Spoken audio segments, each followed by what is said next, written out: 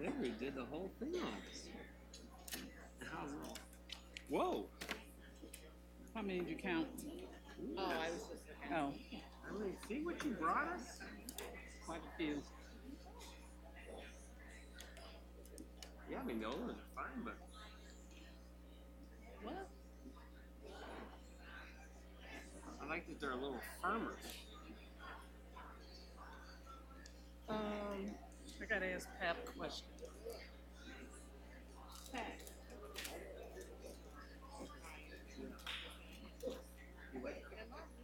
Yeah.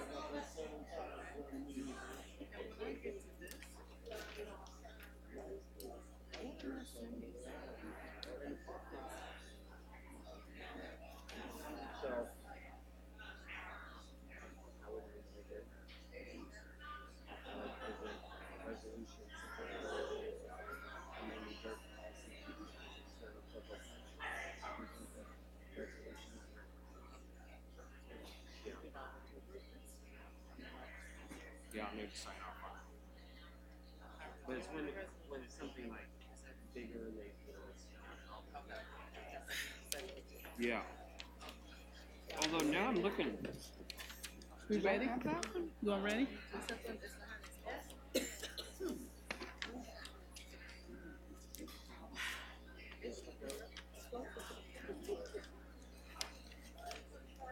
I was just thinking maybe.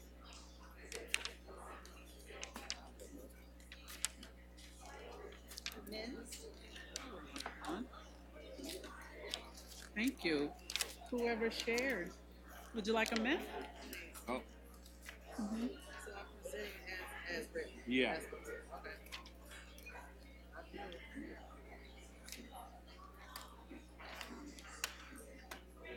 We have a.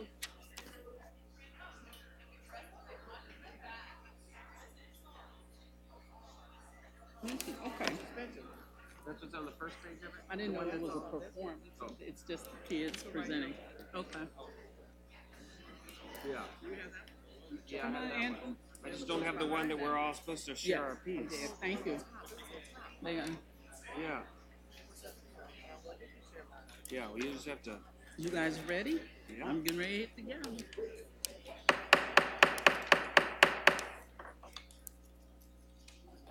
I call to order the April 15th, 2019 business meeting of the Cincinnati Board of Education. We welcome everyone and request everyone in the audience to please silence your cell phones and electronic devices. Please stand for the pledge. Pledge allegiance to the flag of the United States of America and to the republic for which it stands, one nation, under God, indivisible, with liberty and justice for all. Ms. Wagner, please call the roll. Mrs. Bates? Present. Ms. Bolton? Present. Mrs. Bowers? Present. Mr. Davis? Present. Mr. Messer? Present. Mr. Morosky? Here. President Jones? Here. Thank you. I need a motion to approve the minutes from the special meeting April 3rd, 2019, and the regular board meeting April 3rd, 2019. So moved. Second. It's been moved and seconded. All in favor signify by saying aye. Aye. Opposed? Minutes are approved as presented. Mr. Davis, please present the April 4th, 2019 Policy Committee meeting report. Thank you, Madam Chair. We met on Thursday, April the 4th. We started a pretty comprehensive review on the equal and fair opportunity in contract employment and business employment policies. There seems to be some needs that our administration has in regards to deepening the tool base so that we can ensure that we're doing the best we can do around equal and fair opportunity for minority and small business owners. The policy numbers that we have reviewed are 6320, 632001, 632002, 632003, and 6350. and those recommendations are based in the minutes. If you will look at Exhibit A, the provisional contractor employment goals, they're old. So we've asked Ms. Levins and her department, along with administration, to look at our old goals and to work with administration and consultant to recommend appropriate goals for our school district, utilizing the city's disparity study, which will not match with us 100%, and we know that, but we're just looking to get a start at ensuring that we're doing the best we can do around equal and fair opportunity and contracting for minorities and small business. We also looked at Board Bylaw 0155. We looked at several other action items that you would see on the bottom of the page: 5113, 5120, 561004, 860002, several of which you'll see come to fold tonight.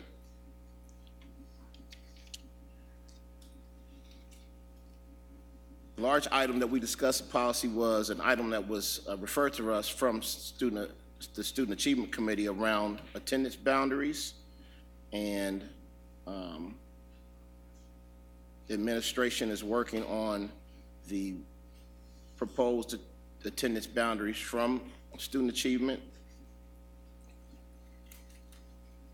We believe that will be coming back to us next month after working with administration around ensuring that we have appropriate transitioning from our elementary schools to high schools in that area, particularly in the area on the east side of town around Madisonville, Pleasant Ridge, and Kennedy Heights. Finally, in the policy committee, another referral from Student Achievement was the work behind the Ohio Department of Education's 22+ graduation program. We already had a policy to that regard, and we just tweaked it a bit. If there are other members of the committee that would like to share before I end, please do. Okay. Do board members have questions or comments? Mr. Messer? Thank you for that. And I'm so glad that you addressed the issues on our minority and women-owned businesses.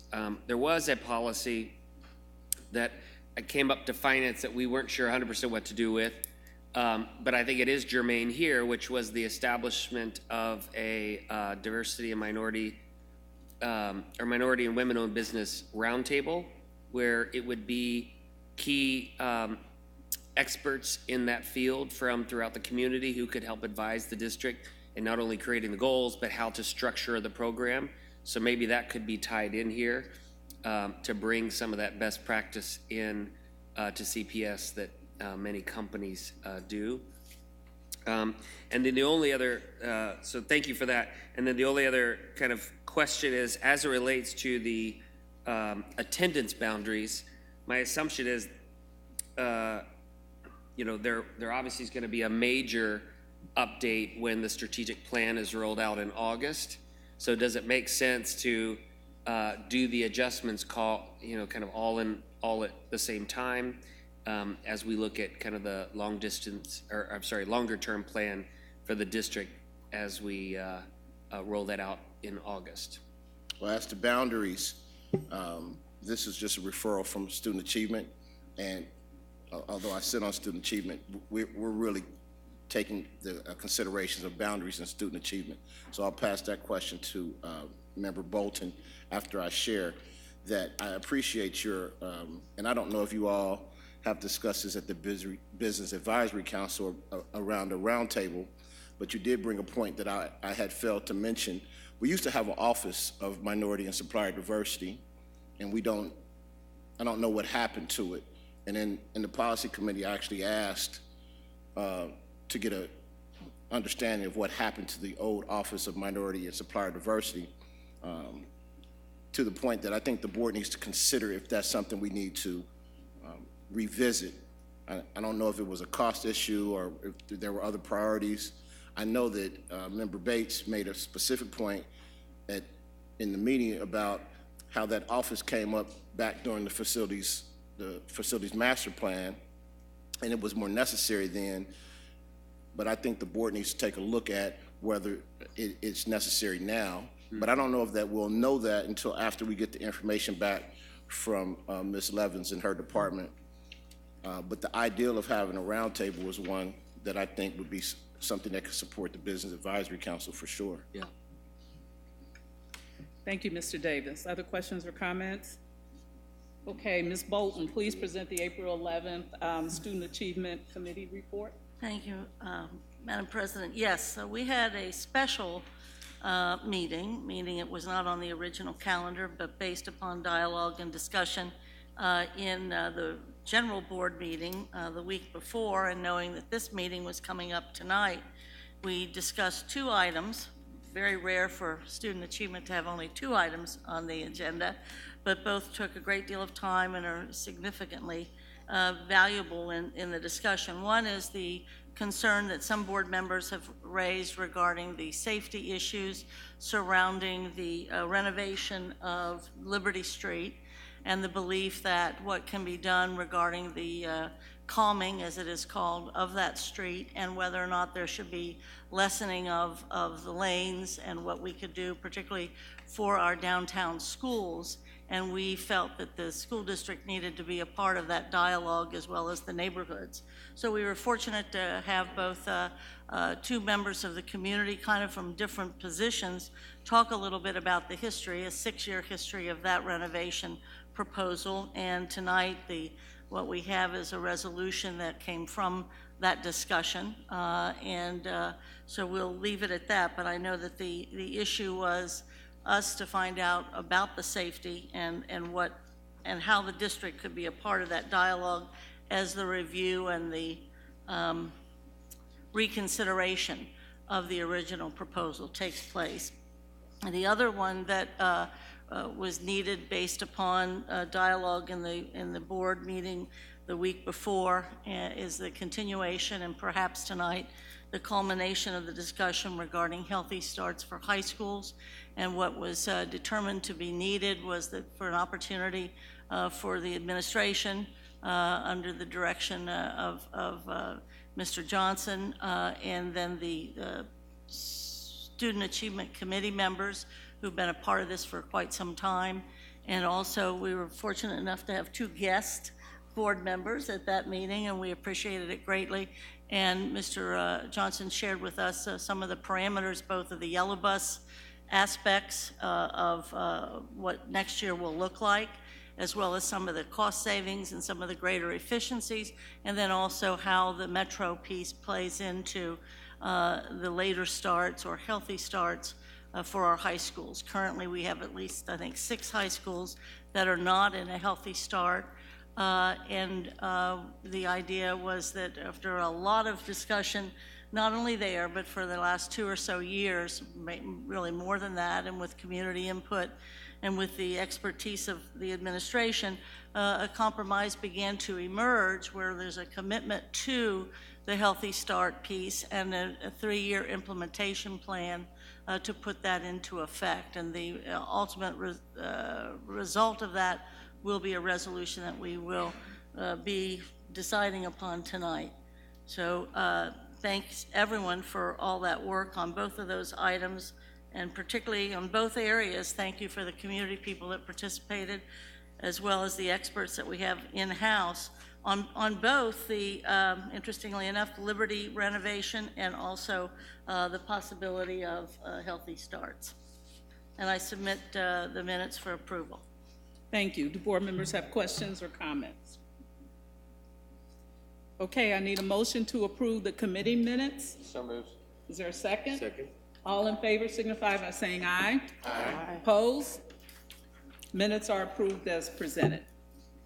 Does anyone have kudos tonight? I do. Yes, sir. Mr. Morosky, the kudo man. I have two sets of kudos. I wrote them down so I wouldn't forget when you called me out last time and I didn't have them pre-written down. There's a couple great ones. First was I was fortunate enough to be at Rothenberg for their awards ceremony a couple Fridays ago. So I want to give a kudos to all the students who got honor roll and who got B honor roll and perfect attendance. The students were really, really happy to be there, and Principal Simpson and her staff put on a really great event in the cafetorium at Rothenberg. So kudos to all the kiddos that received awards, and for the kiddos who did not receive awards, who are striving to bring their grades up and attendance.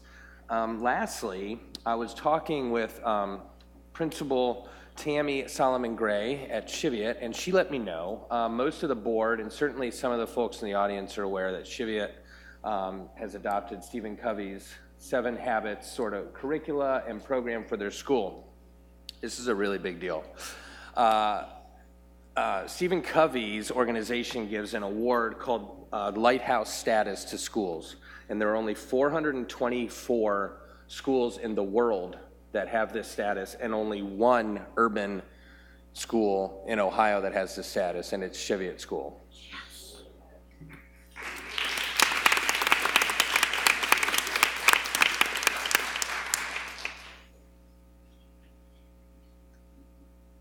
Does that, Mr. Morosky, does that complete your? Yes, it does. Thank you, President Jones. Yes, Ms. Bolton. Yes, I have 2 kudos. One, I want to congratulate the school community of our Winton Hills Academy because they have initiated what all of our schools need to initiate, and they have created a school foundation.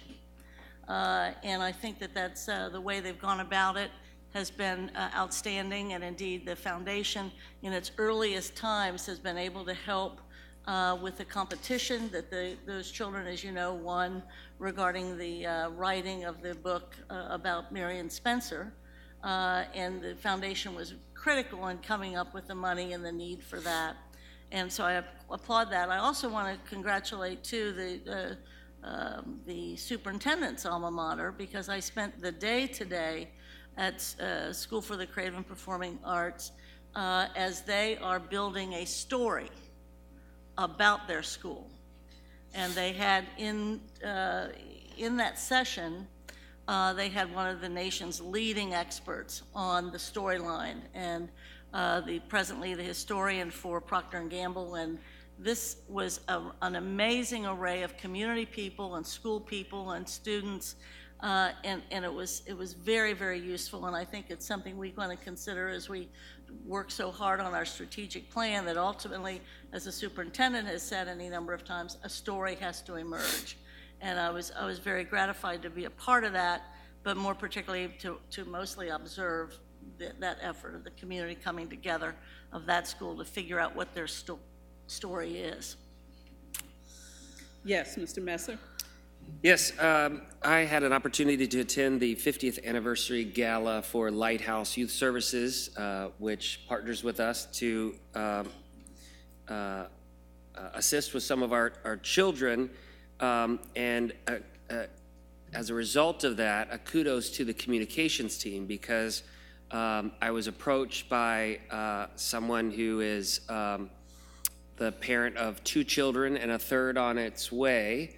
And the conversation was, you know, over the past year, I've been seeing a lot more about CPS, and I've been seeing some things on social media and these types of things. And we'd like to move our children into CPS from another spot.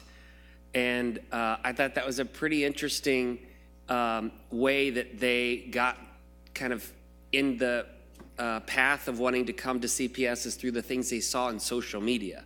And so I want to send kudos to the communications team, because that's 2.5 more students coming our way. And I'm sure there's a whole lot more out there that we don't know about. And then the other is, I guess it was 2 weeks ago now, I was invited by a friend who was in Leadership Cincinnati with myself and board member Davis, named Byron Stallworth, and he invited me to a reunion and meeting of the North Avondale Fathers Group. And, you know, with so many things going on, the last thing you need is another meeting, and Byron highly encouraged me to attend, as I'm also a father of a North Avondale Rocket.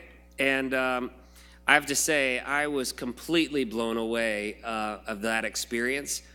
And it's a kudos to Byron, who was one of the foundational members there, but all the fathers who looked like our community, all coming together, and fathers not just interested in doing what's best for their child, they were thinking holistically about that school, and it was a very heartwarming experience. And I'll give a shout out also to the principal, because, you know, it's important to listen to things that people say when you're in the room.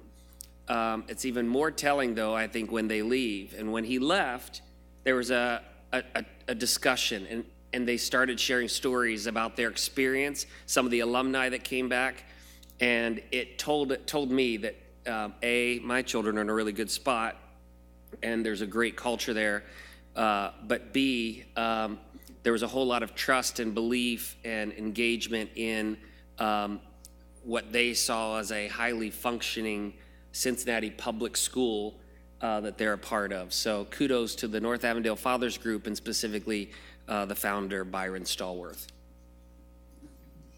Thank you. Okay, Ms. Bates, would you please present any retirements?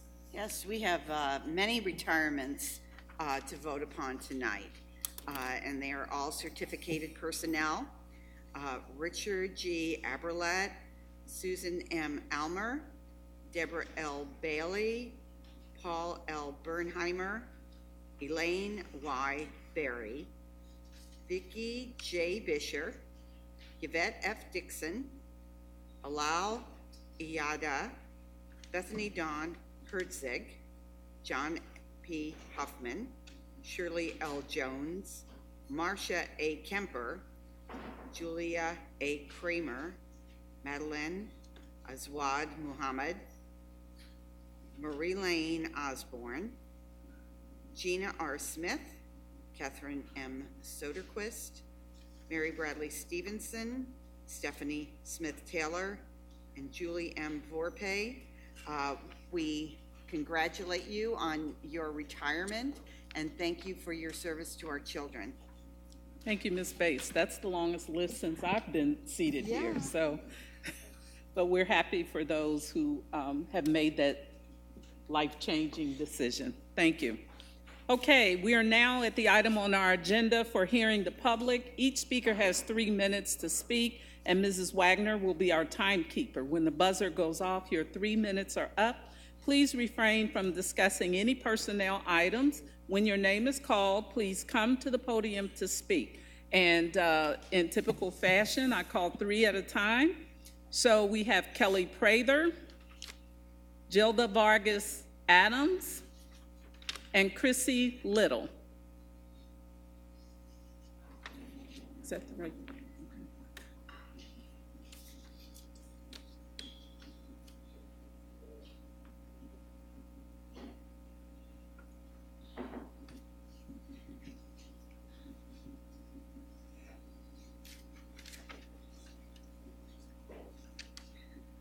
To the superintendent, to the treasurer, thank you also.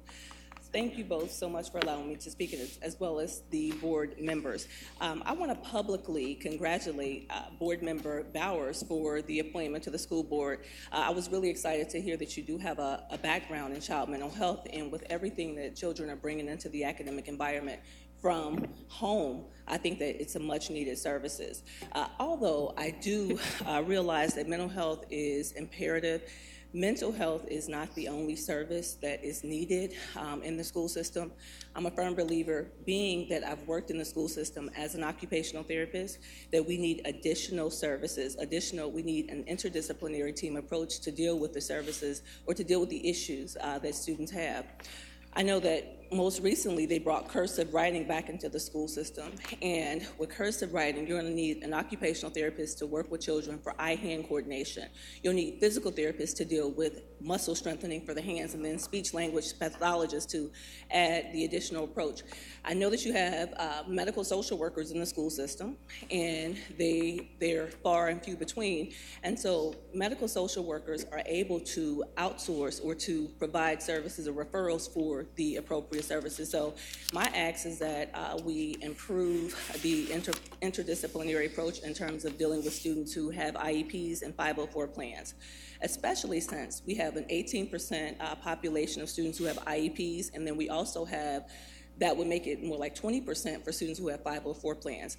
They have, they have special needs that we definitely need to take a look at. And again, going back to mental health services, I understand that Mindpeace is the agency that provides mental health services.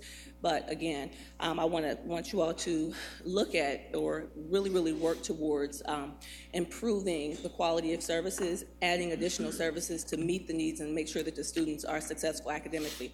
I think I put a brochure and a card. I have a small home health agency, and in addition to home health services, we also provide school-based services. So this is just a small brochure of some of the services that we can offer. I would welcome a meeting with you individually or collectively to talk about what we can do. Most recently, Oak Hills, which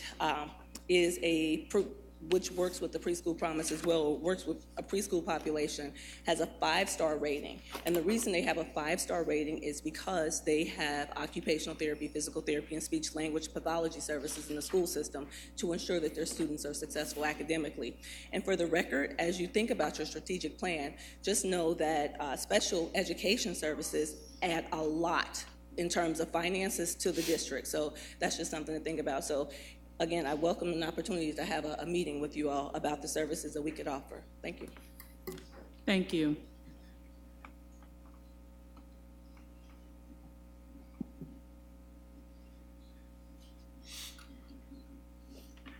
Hello, again. I'm Gilda Vargas Adams.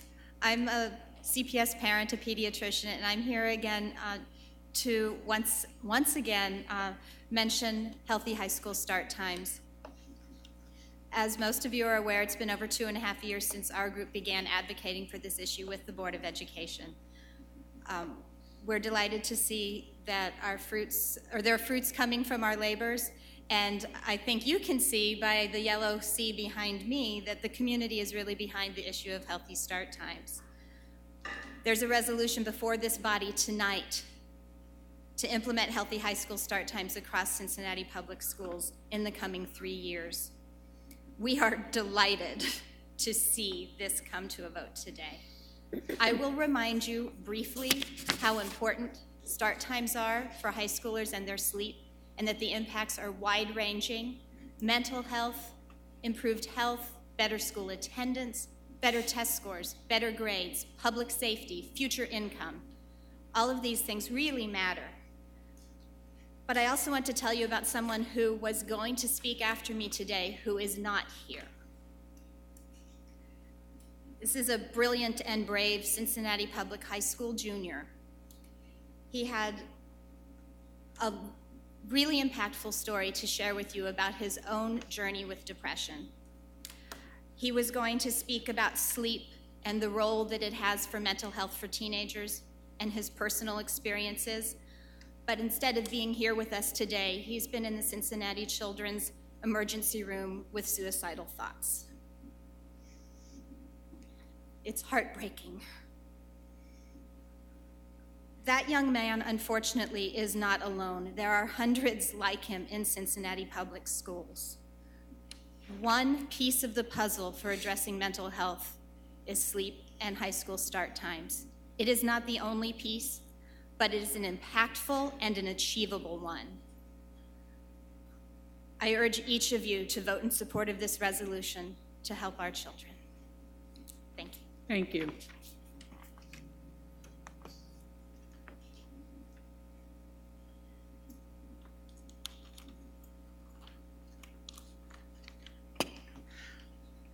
Hello, my name is Chrissy Little. Sorry, that was really... I am a mother, a proud CPS mother. I have 5 daughters. My oldest daughter is 10, my youngest is 6 months old. I am well acquainted with sleep deprivation. I haven't slept in longer than I can remember. And I've been asked to say, you know, and sort of share why this issue is so important to me when I don't have any kids who are in high school. And for me, I consider of everything we could do for our kids, I can't think of something that would have broader reach, more significant impact. We've seen the data is compelling. We've heard the news, even tonight, the news is heartbreaking.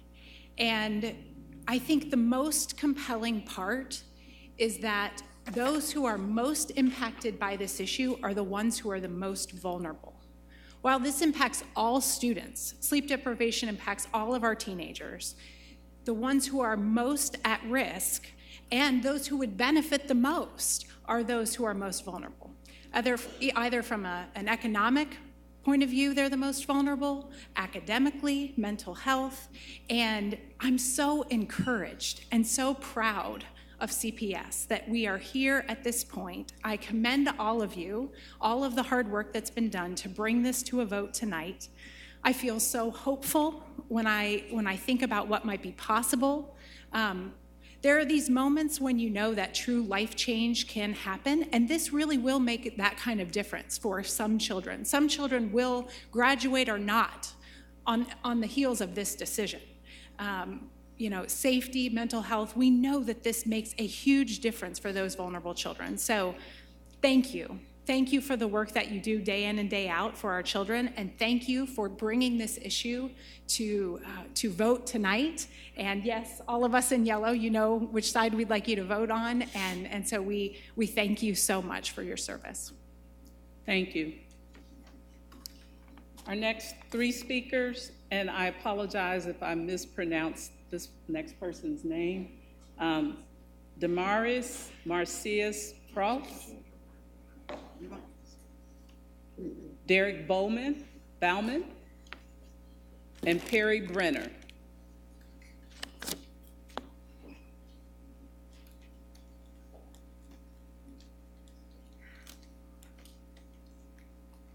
Good evening. I'm going to start now.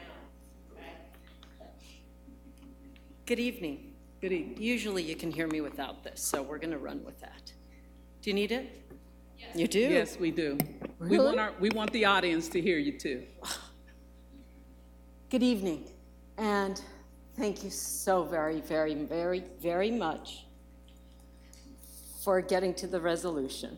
And yes, I'm a little weepy, but I'm a mom, okay? And I'm a mom of 2 girls. One is a 7th grader, the other one is a sophomore. And not only do they have the angst that goes with being girls, that goes with being young, that goes with society, they also have the issue of not having enough sleep. And trust me, I take away devices. We shut down things. I force my kids to bed. But it's still not enough time. They still need more rest. They still need to have enough time in the morning. So last time I was here, I told you I was only 40 years old, but I look this age. So I decided to cut off my hair so I could look young. The truth is, it's really hard waking up every morning at 5:30. It's really hard making sure that the kids have breakfast. It's making sure that they all have their books, that everything is ready, and if they miss the bus, we are very fortunate because either my husband or I can take them. Not every child has that advantage. And you all know that. You guys hear this constantly. But it is hard, and it's hard on them. So I'm very, very grateful from the bottom of this brown little heart, and we hold so much love in it. I'm so grateful that you all are going to vote on this. So, as I'm wrapping up, I need to tell you that I do think that the mental health of not just my daughters, but of so many of their classmates, of so many of the children, will be impacted in a positive manner because they will be able to have just a little more sleep. Just a little more makes a big difference, okay? The ability to sleep more also makes you have better grades, okay? And I always tell my daughters every morning, you know, you're Mexican, not Mexicant. And I am here to tell you that all of you say something of this very similar to your children. And I'd like for us to be able to extend it. So thank you all so very, very much. And have a lovely evening. Oh, thank you. Thank you. Oh, my name is Damaris. Thank you. And you pronounced it right.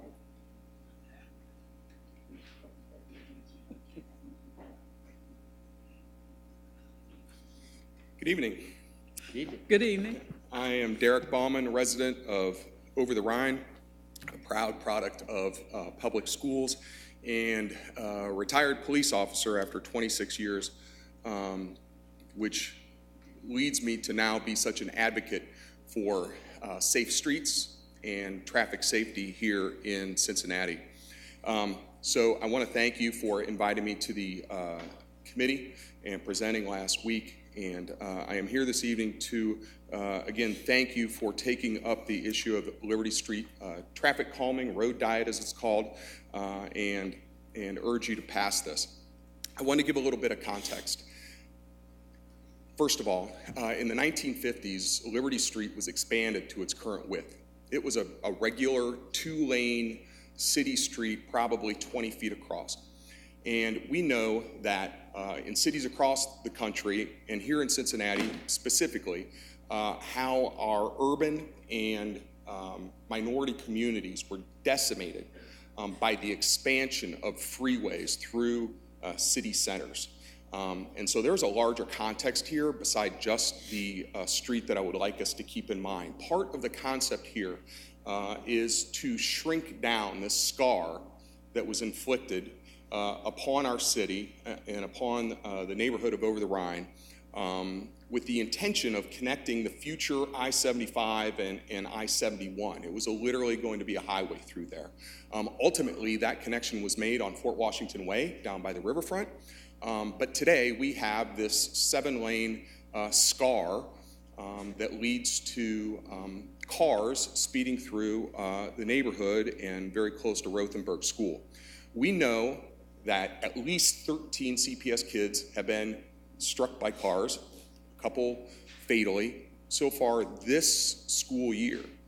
Knock on wood that none of those have happened, to my knowledge, on Liberty Street. However, furthermore, we have on average, one a day pedestrian in the city of Cincinnati, adults and children, being hit by cars. 3 of the top 10 locations for pedestrian car crashes are along the length of Liberty Street. So the concept here is to shrink the footprint of the street down, to add streetscaping, trees, some planted areas, and actually create some new developable space on the south side to actually bring some of the buildings back that disappeared a half a century ago. What we're also seeing is that the safety and security of our children and our students does not just start and stop at the school doors when we talk about these things. So it's important to keep in mind that the place and the streets surrounding our schools so that the kids can get back and forth safely. And I look forward to your passing this resolution. Thank you. Thank you.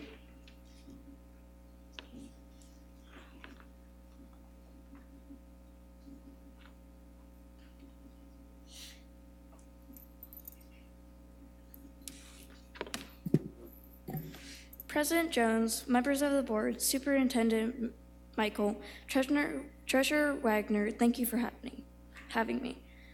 Montessori schools are an amazing thing. They use materials and teachers talk to you to make sure you understand. The arts program is critical to learning about things we wouldn't be able to learn in any other class, to become a well-rounded person.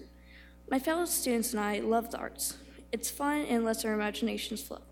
We learn about famous people and times in history and use materials to help learn. But to do that, we need space. I would hate for the music program to be excluded from this different type of learning. We heard that there was plans to build a wall in the music room, taking away a large portion. This year I'm a 6th grader and will be leaving SANS next year, but I want to have the best learning experience for the younger students to have that their predecessors had. I decided to start this petition to show the support of the students to the arts program, as well as our desire to keep the space how it is. While doing this petition, students were supportive as anything. A few didn't want to sign, but that didn't stop them from telling their friends and classmates about the petition. We here at SANS support each other to make our own decisions. Altogether, we collected over 200 signatures in 2 days. We would like the board and administration to find another way to address the need for space in our school without taking away something else. We have already lost our Suzuki room, our large muscle room, and the parent space has been repurposed. Enough is enough. When I started the petition, many said that they were uncomfortable with me doing this, or I should let the adults decide if we should move things around. My dad even received a phone call asking him to tell me to stop. He didn't. Why did I keep going? To paraphrase a hero of mine, even if everyone is telling you to move aside and stop doing what you know to be right, it is your duty to plant yourself like a tree and say, no, you move.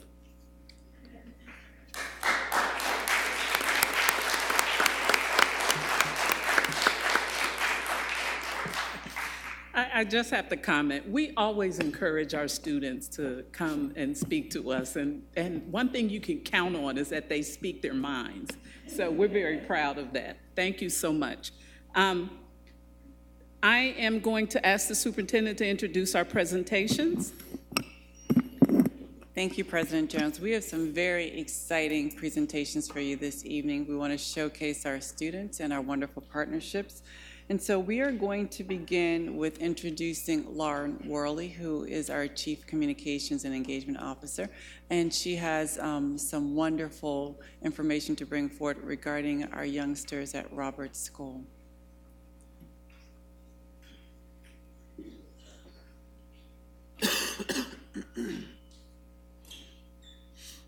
Thank you, Superintendent Mitchell and School Board. As our special guests from Roberts Academy make their way down to the stage, we are thrilled to honor them because for 2 years in a row, Roberts Academy is the only school within Cincinnati Public who has earned the prestigious Momentum Award from the State Board of Education, and we are ready to go for 3 years. And without further ado, please allow me to introduce Principal Alpacino Beauchamp.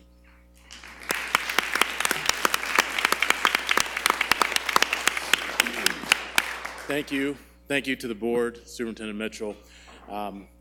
We will get started right away. We have with us Zaida, Kayla, Ajani, and Joseph, and they are members of our Jumpstart Theater program. This is the second year that we've had this program at Roberts Academy. They're going to do a little rendition from the Aladdin presentation that they did just a few weeks ago. Waivers.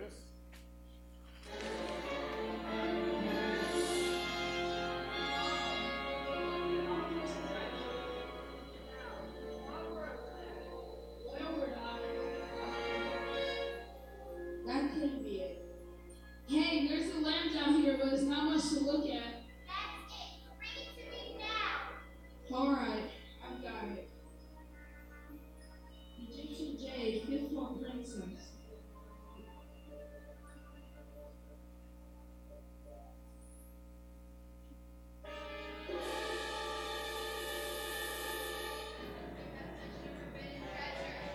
I wasn't gonna take it. No!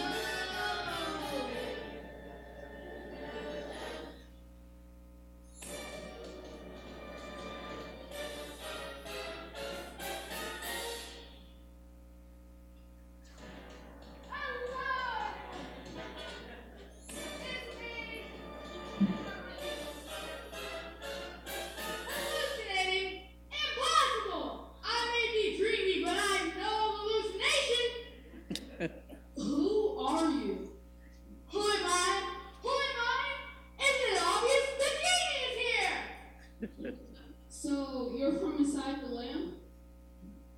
No, I'm from Cleveland. Of course I'm from inside the lamp! I'm doing my so said lamp, so you get 3 wishes! You're gonna grant me 3 wishes? And I thought the echo of the lamp was bad. Try to keep up, kid. I got a production number to get to. You mean I can wish for anything I want? That's right! But it's now wishing for more wishes. Got a name, kid? Aladdin. Mind if I call you Al? Al? Why don't you just ruminate whilst I illuminate the possibilities?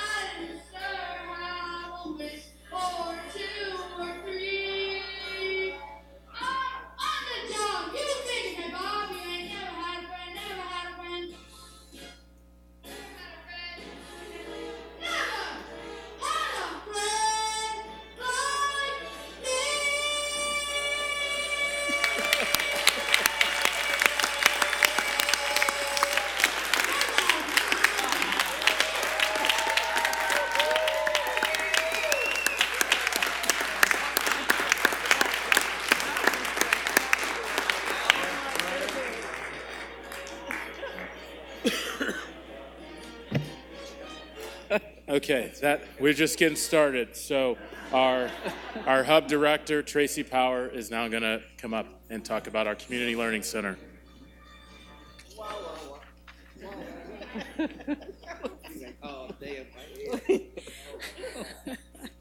Thank you. I must say that is quite a hard act to follow. But some of my favorite people, a few of the cast members from this year's Jumpstart Theater. Good evening. Although I cannot sing nor dance, I will share my passion about some of our students, all of our students at Roberts Academy. My name is Tracy Power, and I am privileged to work for Community Learning Center Institute, and I am the hub director at Roberts Academy. My role allows for a global view into the many facets of the Community Learning Center. While this work is not for the weak of heart, it is challenging and oftentimes very difficult. It will keep you up at night, but it is so worth it.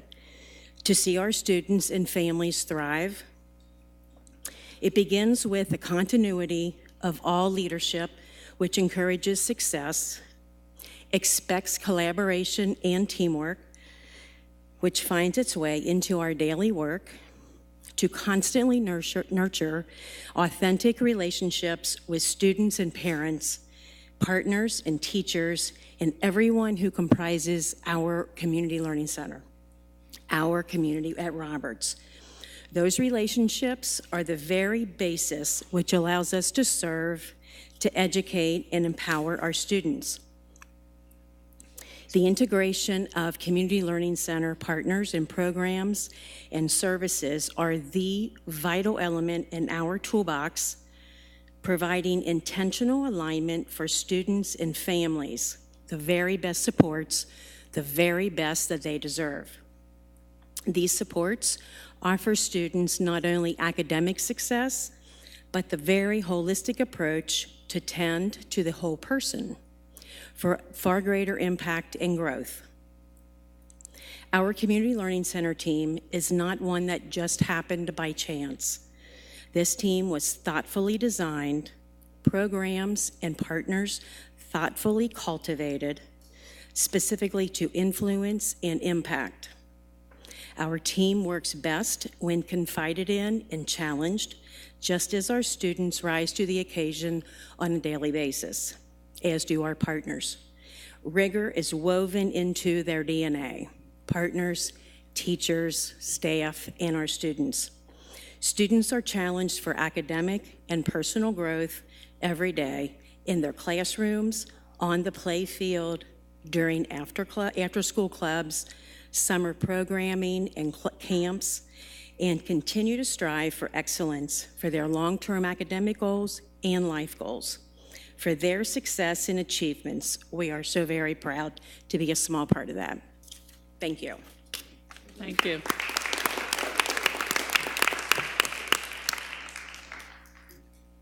And as I have passed out just a brief flyer of indicating the things that have attributed to our Momentum Award, often I'm asked, so what is it? What's the secret? What's the secret sauce? 2 years in a row, what makes it go? And my first and only comment to that is it's a collection of efforts that happen throughout our school, and they revolve around the same notions that Ms. Power spoke about. There's a certain continuity with what occurs at Roberts Academy. We have low staff turnover, we have a low mobility, under 5%, and there's consistency in leadership in the building as well as kind of externally, in the sense that my predecessor, I see Miss Brooks sitting to my right, I was the assistant principal underneath her, and I learned first what it meant to serve at Roberts Academy and what the Community Learning Center was all about, what programmings we were implementing inside of the classroom as well as outside. And I was able, as the leader, to continue that work, and I give the credit to our LSDMC chair, Carol Strucker, and our LSDMC for allowing me the opportunity to serve. So that continuity and leadership is essential. There's a certain coherence to the work that we do. Why our Jumpstart Theater, you think, what is that? How does that feed into the Momentum Award? Those students are challenged, and that's the rigorous piece, outside of the classroom as well as inside of the classroom, to do their very best. Whether it's Jumpstart Theater, and our last presenter is going to read a narrative that he created himself that I think you will find very enjoyable, as well as the lessons that our teachers are designing inside of the classroom. As many of you know, our Roberts Academy hosts the most EL students in Cincinnati Public and, I believe, in Ohio. So I checked that data. It is. I was astounded by that as well. From an elementary perspective, we have the most. So it isn't always that easy for you to learn how to divide fractions when you're learning English as a second language. But our teachers design those lessons in order to create those opportunities for those students to push and move to the next level. That's what makes the Momentum Award. It's a really simple. If you look at the formula on the ODE website, it doesn't look very simple, but as a former math teacher, I've delved into it and I've summarized it. If the average was 500 one year and then it was 550 the next year, we improved. And so what's happening is that's happening each grade level and each content area, math and ELA. It's a very impressive feat of our students. I'm so honored and proud to be serving in this role at Roberts Academy. And the last piece on your flyer there is what's on tap for the future. And it is a busy place at Roberts Academy, but I love it so much because our children and our staff just take on new challenges and new opportunities. We will continue with our responsive classroom work, which is an approach to pro-social emotional learning that occurs inside of the classroom, as well as an opportunity for teachers and students to engage with positive language with each other. This is becoming a central piece to our PBIS plan. We will be Vision 2020 4.0, and our focus will be a global community where we will be creating and developing students who have a global disposition and a global consciousness, speaking to students all over the world, engaging in pen pals in various countries. We're very excited about that. And just recently, we were selected, one of 2 schools in CPS to be selected for the Verizon Innovative Learning Grant, which affords us the opportunity for all of our 6th through 8th grade students to have access to an iPad that they use during the school and after the school and during the summertime to extend their learning opportunities essentially throughout the totality of their life while they're here at CPS. Very exciting future coming up, 2019 in Roberts Academy. And so our last presenter, Christopher Lorenzo, he was in our 6th grade ELA class with Miss Frolicker, and Miss Frolicker and I, thanks to a grant from Kellogg Foundation through Clicky Institute, we were afforded, and we were also selected to attend the Lucy Calkins Reading and Writing Project as a very prestigious professional learning opportunity. And they emphasized the narrative writing piece. And unfortunately, the state of Ohio doesn't emphasize as a priority narrative writing. But one of the things we learned is that it is a component that allows the individual child to share themselves with each other. So to me, this is not only an academic exercise, but it's an exercise in those same pro-social emotional skills that we discussed when we talk about PBIS or we talk about positive school culture. It's actually integrated into our learning environment in a very seamless way. So Christopher cannot see over the podium, so he's got, you ready? Can you step on stage? He's going to read, this is his own narrative writing. Christopher's been with us since kindergarten, and he's now going to read the story. Yeah.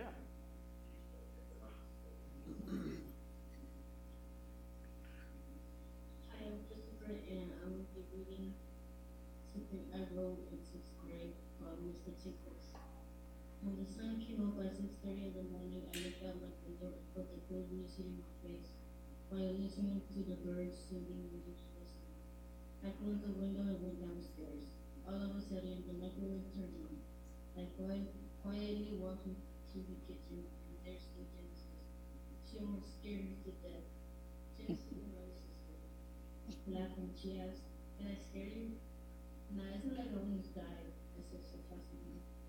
"Well, okay," she said, grinning.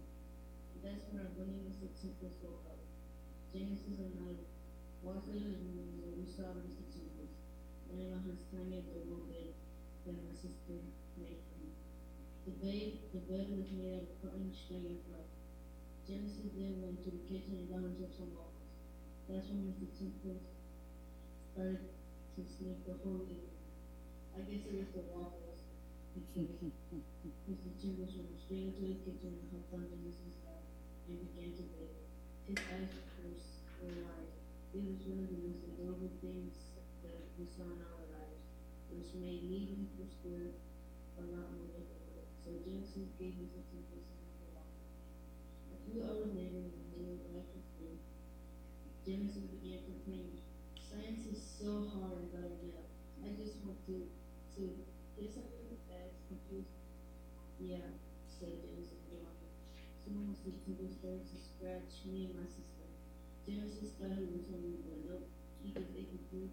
She gave him a spirit back out into Genesis. Turns out he just wanted to play, so I made him never so he can.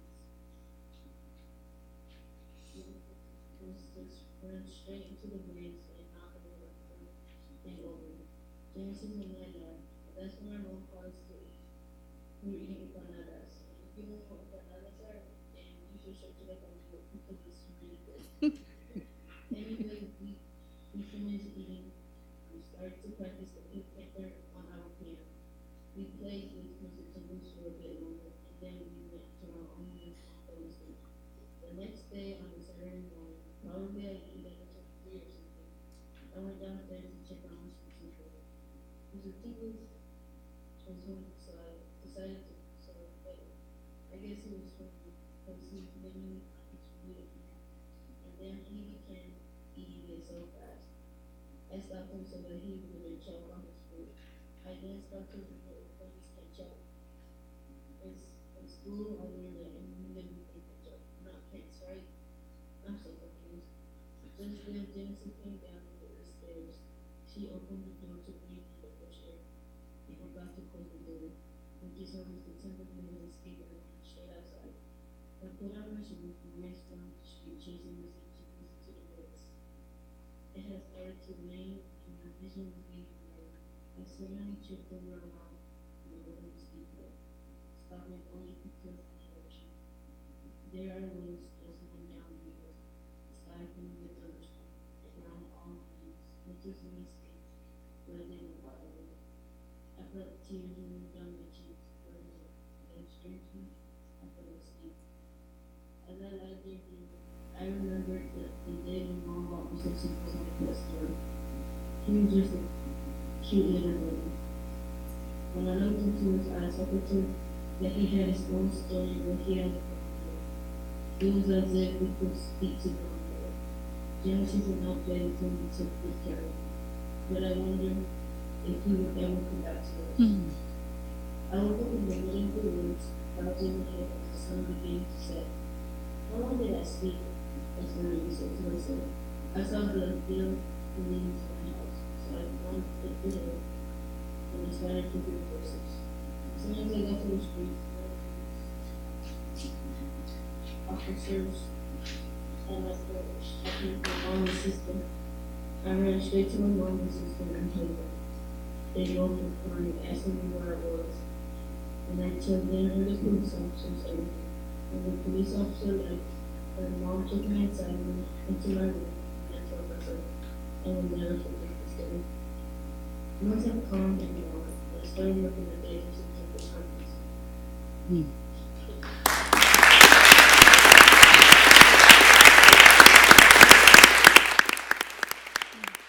And just want to say thank you also to Ms. Stutzman and Ms. Cuevas Johnson, who helped with our Jumpstart Theater. Ms. Jason in the yellow, our illustrious assistant principal. Thank you. Thank you so much. Before you all leave, I want to ask board members if they have comments or questions for you or anybody in the group. Sure. Yes, Ms. Bowers. First time talking, good time to start. Hey, Mr. B. I just talked to you today. You guys did a great job. Ms. Cuevas Johnson, the Aladdin Theater, I'm a lover of the arts. You guys did a great job. I hate that I missed the show. You're welcome. Ms. Stutzman, hey, Ms. Stutzman, you did good too. And, oh, what? Hi. Oh, I didn't even see Ms. Scott. She's also another part, yes. But it doesn't surprise me that Roberts, personally, I just know a lot about Roberts personally, that you guys, it's your second year of the Momentum Award, working with you, Mr. Beauchamp, seeing the transformation of the school, the Jumpstart Theater, all excellent things going on at Roberts. Segue from Ms. Brooks, it just keeps getting better and better. And I just want to commend all of you guys for doing a great job. And Christopher, you did an excellent job with reading and making eye contact with our president. I want to acknowledge that. You did a very good job.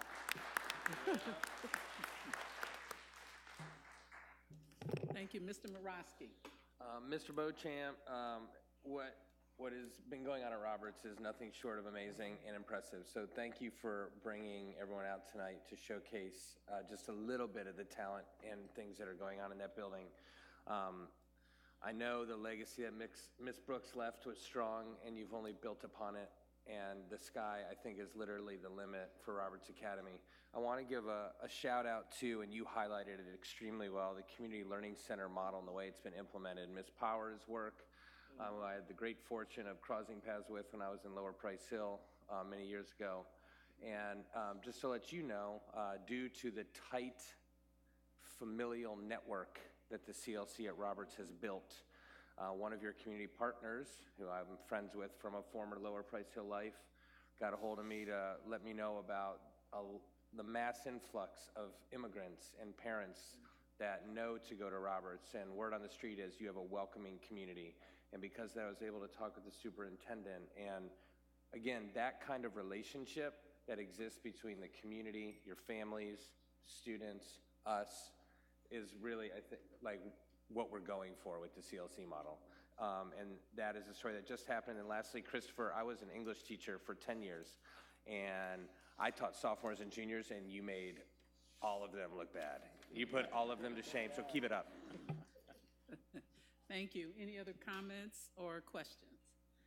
Ms. Bolton? Just one comment. I'm a huge fan of what's happened at Roberts and from the very beginning, but the statistic that is fascinating to me is the mobility one.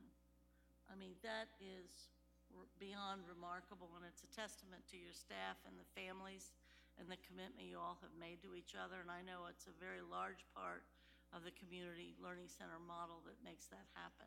So we should probably all try to figure out, because one of the things that would really greatly improve all of our schools and the positive school culture in all of our schools is to have that kind of mobility rate versus the kind that more than half of our schools have.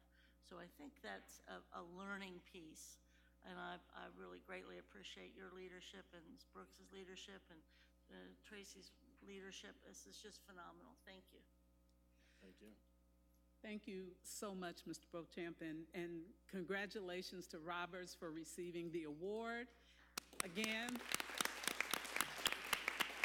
And as always, it's always a pleasure to have our students come in, and anybody who says our kids are failing, they need to wake up. That's right. Okay, thank you so much. Thank you. What did he say? They're clenching the paper on that one. Okay, Superintendent, our next presenters. I would gladly like to introduce our very own legal counsel. Dan Hoying is going to bring up some very special guests to talk about Kids in School Rule and the very successful partnership that we have around our foster care kids. Yes, and we have joining us the agency chief of JFS and the chief magistrate of the juvenile court, and we have our own Broadway number to start off the no. I'll pay to see this one. No, I'm thrilled to have the opportunity and really appreciate the superintendent inviting us to present for just a few minutes on the Kids in School Rule program. It's truly one of the most fulfilling parts of my job is to get to work to support our kids in Hamilton County foster care with our partners in Kids in School Rule.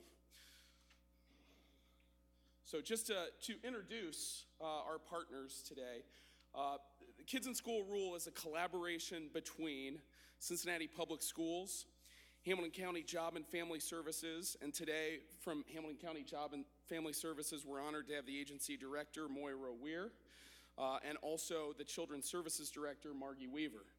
Margie's worked with the program for a long time since she was a chief and was promoted last year, or the year before, I think, to Children's Services Director.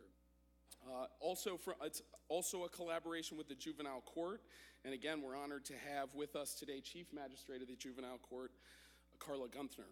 Judge John Williams was also planning to be here, but had a last-minute emergency, so very thankful to Carla Gunther for being here. And then also the fourth partner, or the fourth kind of founding partner of Kids in School Rule is Legal Aid of Greater Cincinnati. And Legal Aid is very much, I think, the glue that keeps the other partners working so hard together. And so from Legal Aid today, we have Elaine Fink and Stephanie Mose, both attorneys from Legal Aid. So thanks very much for everyone for being here. We all have a part in this program, and to talk a little bit about the history of Kids in School rule is Chief Magistrate Carla Gunther. Thank you and good evening. I thought Dan was a good partner and a friend, but following the students at Roberts just doesn't seem fair. So we want a different agenda placement. You should have gone first. Right. So just to talk a little bit about students in foster care, to give you a sense, in 2007, we took a snapshot of how kids were performing in foster care, and probably doesn't surprise you that the outcomes were really poor.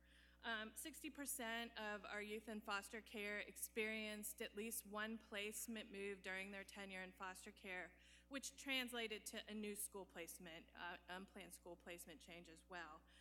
Only 32% of our kids in foster care at the time were in their correct school placement, and a good percentage of those kids that weren't in their appropriate grade level were 2 and 3 years behind academically. As far as mental health and behavioral health, half of the youth that are in foster care are diagnosed with a mental health disorder or behavioral health disorder, and 25% of the youth in foster care have at least one delinquency adjudication while in care. So that was a bit of the snapshot. We did a traveling roadshow at Bond Hill, and Dr. Boggs was really generous. We had a large population of kids in foster care that were attending Bond Hill, and we did some cross-training and really discovered the gaps in our system. So there was poor communication. We might tell the school that a child's in foster care, but that wasn't communicated down at the teacher level. So they weren't really prepared to manage the needs of kids who are in foster care. We also knew as a system we were pulling kids out of school from their math class every week and then asking the school questions like, why is this kid failing math? Well, it's because we're pulling the kid out of math class. So it was story and story like this that caused us to sort of step back and say, this just isn't a good way to do business. So we brought Cincinnati Public Schools, Hamilton County Job and Family Services, Juvenile Court, and Legal Aid together to say, let's think big and broadly about what we might be able to do differently. So we had huge investment. The court and the agency already bought into the concept that we were committed to improving outcomes for kids in foster care. But the real surprise was a guy like Bill Miles, who was at our meeting. And Bill, one of the things he said to us right out of the gate was, what is good for a student in foster care is good for all students in the district. And so that really allowed us to know, in every community we work in, outside of Hamilton County, all the districts and the judges across the country were really saying we cannot get schools to the table. We had CPS at the table right out of the gate. And so that was really important. We also had huge investment from Children's Services financially to help us create the systemic structure to build this project, but also to support individual services for children. And then Legal Aid, as Dan said, they really have been the project champions for this particular project. So up on the screen you can see we launched as a small pilot in just 22 schools. We got a federal grant. We had applied, Elaine and I stayed up nights really trying to get the grant, and we did get a Health and Human Services grant that just gave us a little bit of seed money to be able to expand more broadly. And that included data as well. One of the things that was really important is making sure we could measure the outcomes of the project. And that money allowed us to then expand the project to every Cincinnati public school. We then added in 2015 Children's Home as a partner, so that allowed us to assess how we were performing in a residential setting. And then JFS in 2016 provided a chunk of change to be able to contract with Activities Beyond the Classroom to add support for those students in foster care. So then I just wanted to share with you a little bit of the project goals, and it's really linked to how kids were performing. So when I talk about kids experiencing multiple placements during their tenure in foster care, we really wanted this project to focus on school stability. And I think you talked about mobility a little bit earlier, but that stability piece for us was really key. Keeping their placement stable and keeping their school placement stable and preserving that school of origin. So if a child enters foster care, trying with all our effort to maintain them, because most of our kids were coming out of Cincinnati Public Schools, to maintain them in their school of origin. We also knew we wanted to make systemic changes. We really needed to improve the way as systems that we communicate and coordinate to better serve students in foster care. We also knew we had to focus on individual support. So we had to provide both in the classroom and out of the classroom, more interventions and supports for students in foster care so that we could achieve the kind of academic success we'd hoped for. The other thing that we looked at is the issue of school discipline. So we knew our kids were creating more behavioral challenges in the classroom for teachers, and what could we do to respond to that trauma that these kids experience differently to help build the capacity of teachers to be able to better meet those students' needs. So we wanted to avoid school disruptions and removals as part of school discipline for students in foster care. And finally, how most of our kids, or at least half, had some type of disability. So how are we going to respond to those disabilities as well?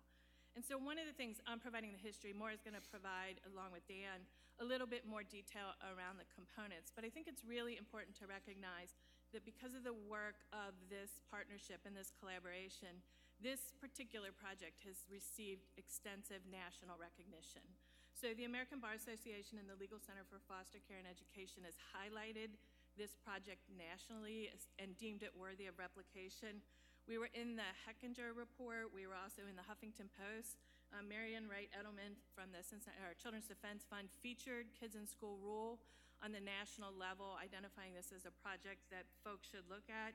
The Supreme Court of Ohio has featured it in their newsletter. We've gone to a variety of other jurisdictions to share the good work that's happening in Cincinnati. So I want to thank you for that, and I will turn it over to Dan. Okay.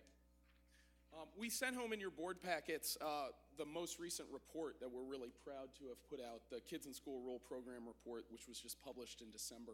And I hope you've had a chance to look at that. But there's a lot of people from CPS who have been involved. And going back, my predecessor, Cynthia Dillon, was certainly instrumental and one of the founders, I think, of the program. Bill Miles, certainly, I'm glad Magistrate Gunther mentioned his contribution.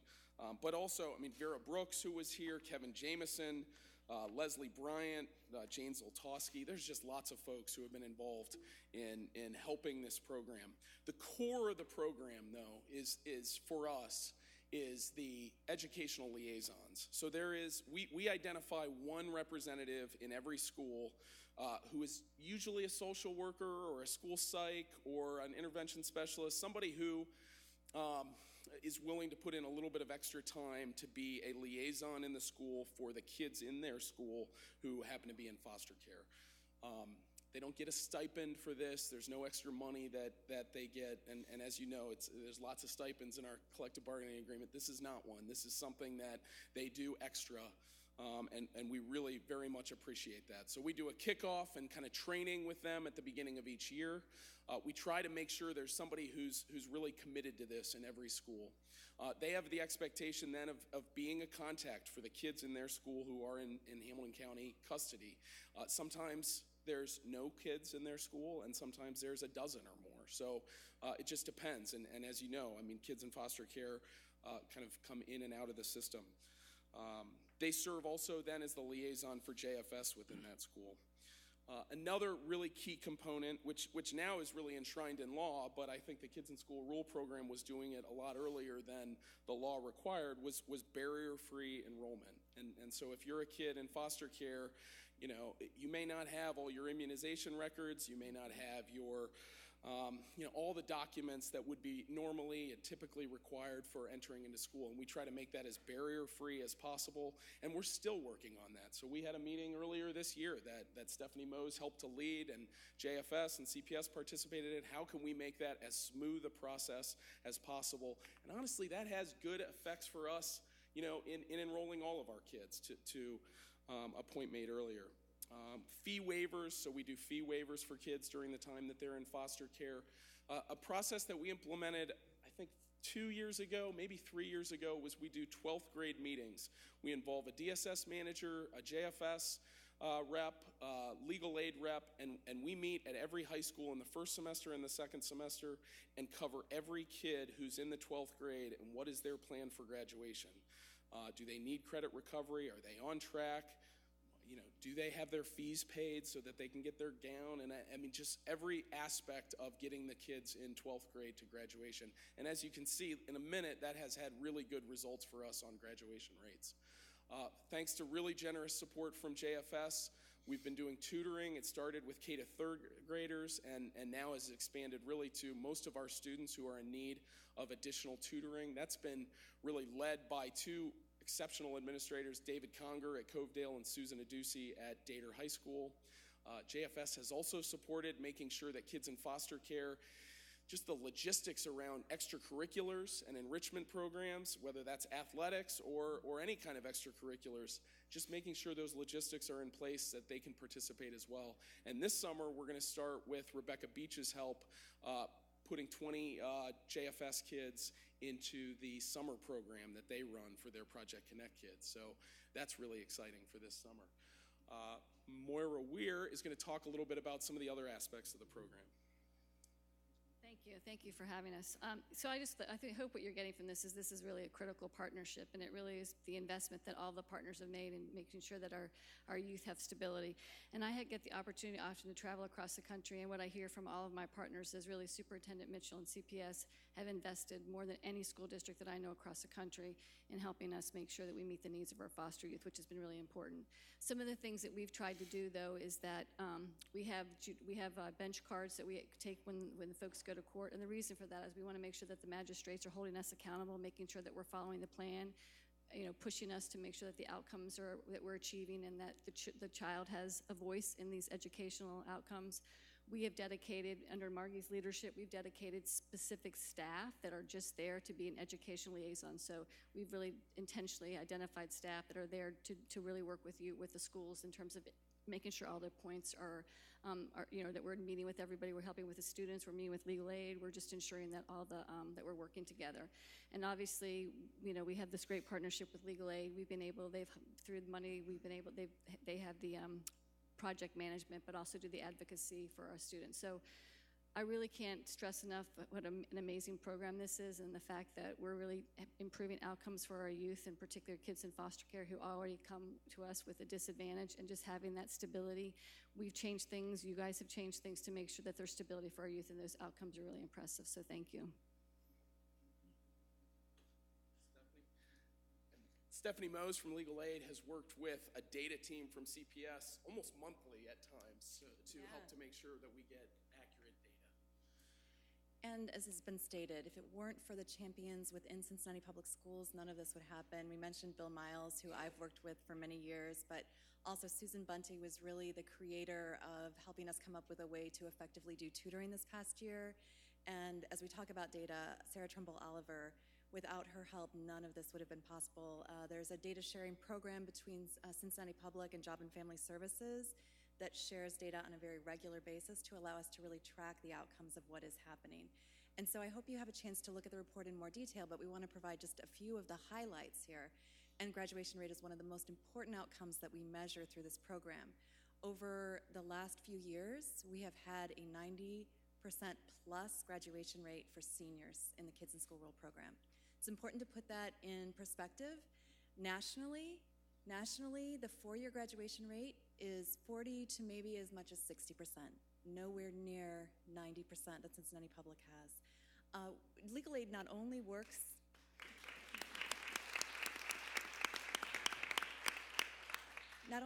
with children in foster care within Cincinnati Public, we work with child welfare agencies and caseworkers throughout all of Southwest Ohio. We serve a 7-county area. And so we get to see the differences of how children are received and treated and the educational outcomes. And I will say that repeatedly I hear from other caseworkers, I really wish that this school could be like Cincinnati Public for our children.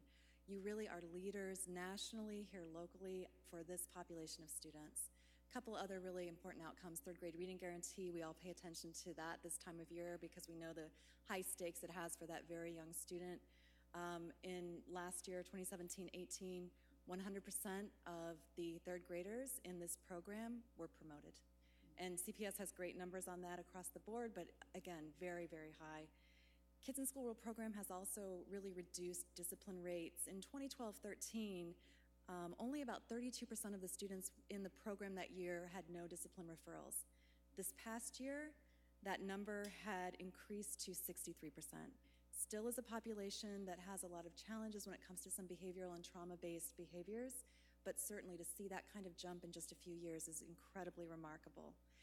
And we talk again about mobility and how important school outcomes are and how closely tied they are to children being able to remain stable in school. This is one of the most mobile populations. Within this program for Kids in School Rule, last year, we were in about 78% were able to remain in one school the entire year. Again, it is just remarkable when you look at the national numbers. I'll just conclude again by thanking our partners. The program gets, as you heard, a lot of national recognition. It's really great to have the opportunity to present it to you. It's a lot of work for a small population of kids, but it is a population that is well deserving of some extra attention, and especially when you hear their stories. I mean, it's a population that it's worth spending a little bit extra attention on. Could not be done without our partners, so really want to thank, and you can see, I mean, we've got the executive director of JFS. I mean, just there's these partners put a lot and have made a great commitment to this program, so wanted to thank them very much.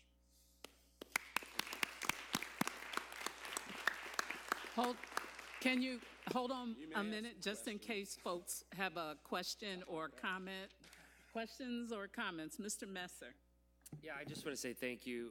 Our best friends are foster parents, and we have seen them welcome some pretty amazing children who come with such challenges and difficulties prior to arriving on their doorstep. And our friends continuously say CPS is so good to foster kids. And so it's nice to see the other side of how that magic happens. So thank you for what you're doing for these incredible kids. Thank you. Any other questions or comments? I do have one. I have two, actually, but one, I've actually heard young people who have been a part of this program speak about how important it is for them to have a solid connection and someone who works with them while they're trying to transition through their adulthood. And so I commend the work, and I'm very familiar with that because all of you were my colleagues, and it's good to see you. But anyway, the kids always tell you how they feel, whether it's actual or factual, whatever. They tell you the truth, and I've heard nothing but positive things from them about their foster care services and Kids in School Rule. So thanks so much. Yes. Any other questions, comments? I would just, Bolton. thank you. I think the statistics are phenomenal, and let alone the personal stories and the families that these statistics touch. I will take a point of personal privilege, though, and say, with all these wonderful partners, part of it is also persistence, and it's my recollection on my 12 years I've been on the board that Elaine Fink has been here almost every single year, month, day, week. I don't know anybody else in the community that is more devoted to our children than Elaine has been, and I know that she set the standard, so I appreciate it particularly.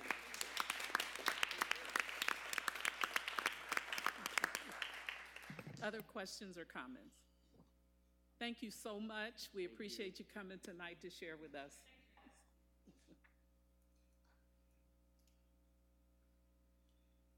Superintendent? Yes, so we're going to bring our last presentation for the evening. We want to do a very quick update for the board and for the public about the West Side project. Remember, this is our strategy to making sure that we have high-quality seats on the west side of town.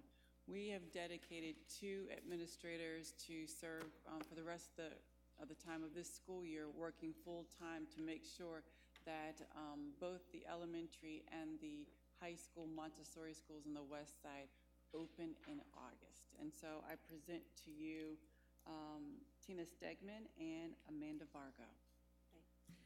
Good evening. My name is Tina Stegman. This is Amanda Vargo, and we are the project managers assigned to help facilitate the move of Gamble Montessori High School to our Mercy site and the opening of our Gamble Montessori Elementary. This is our West Side story. So our vision is to give West Side families the opportunity to start here and go far with a Montessori experience from preschool through graduation.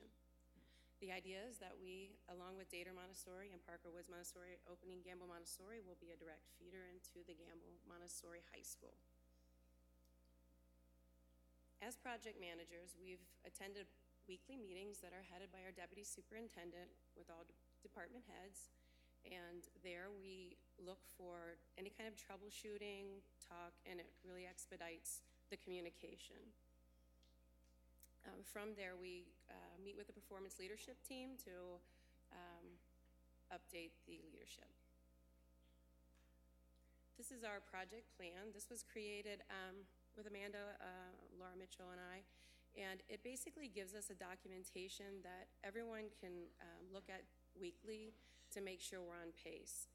So even if I'm in the technology, I can see what enrollment's doing in case our jobs might cross. And we'll start with our high school update. Our goal is to, Gamble Montessori High School will be a West Side destination for families seeking a Montessori high school experience. For 2019-2020, we are anticipating 576 seats, and to grow that by 2024 to 2025 at 876, which will be the building's capacity. And now I will ask Robin to come up and talk about our updates.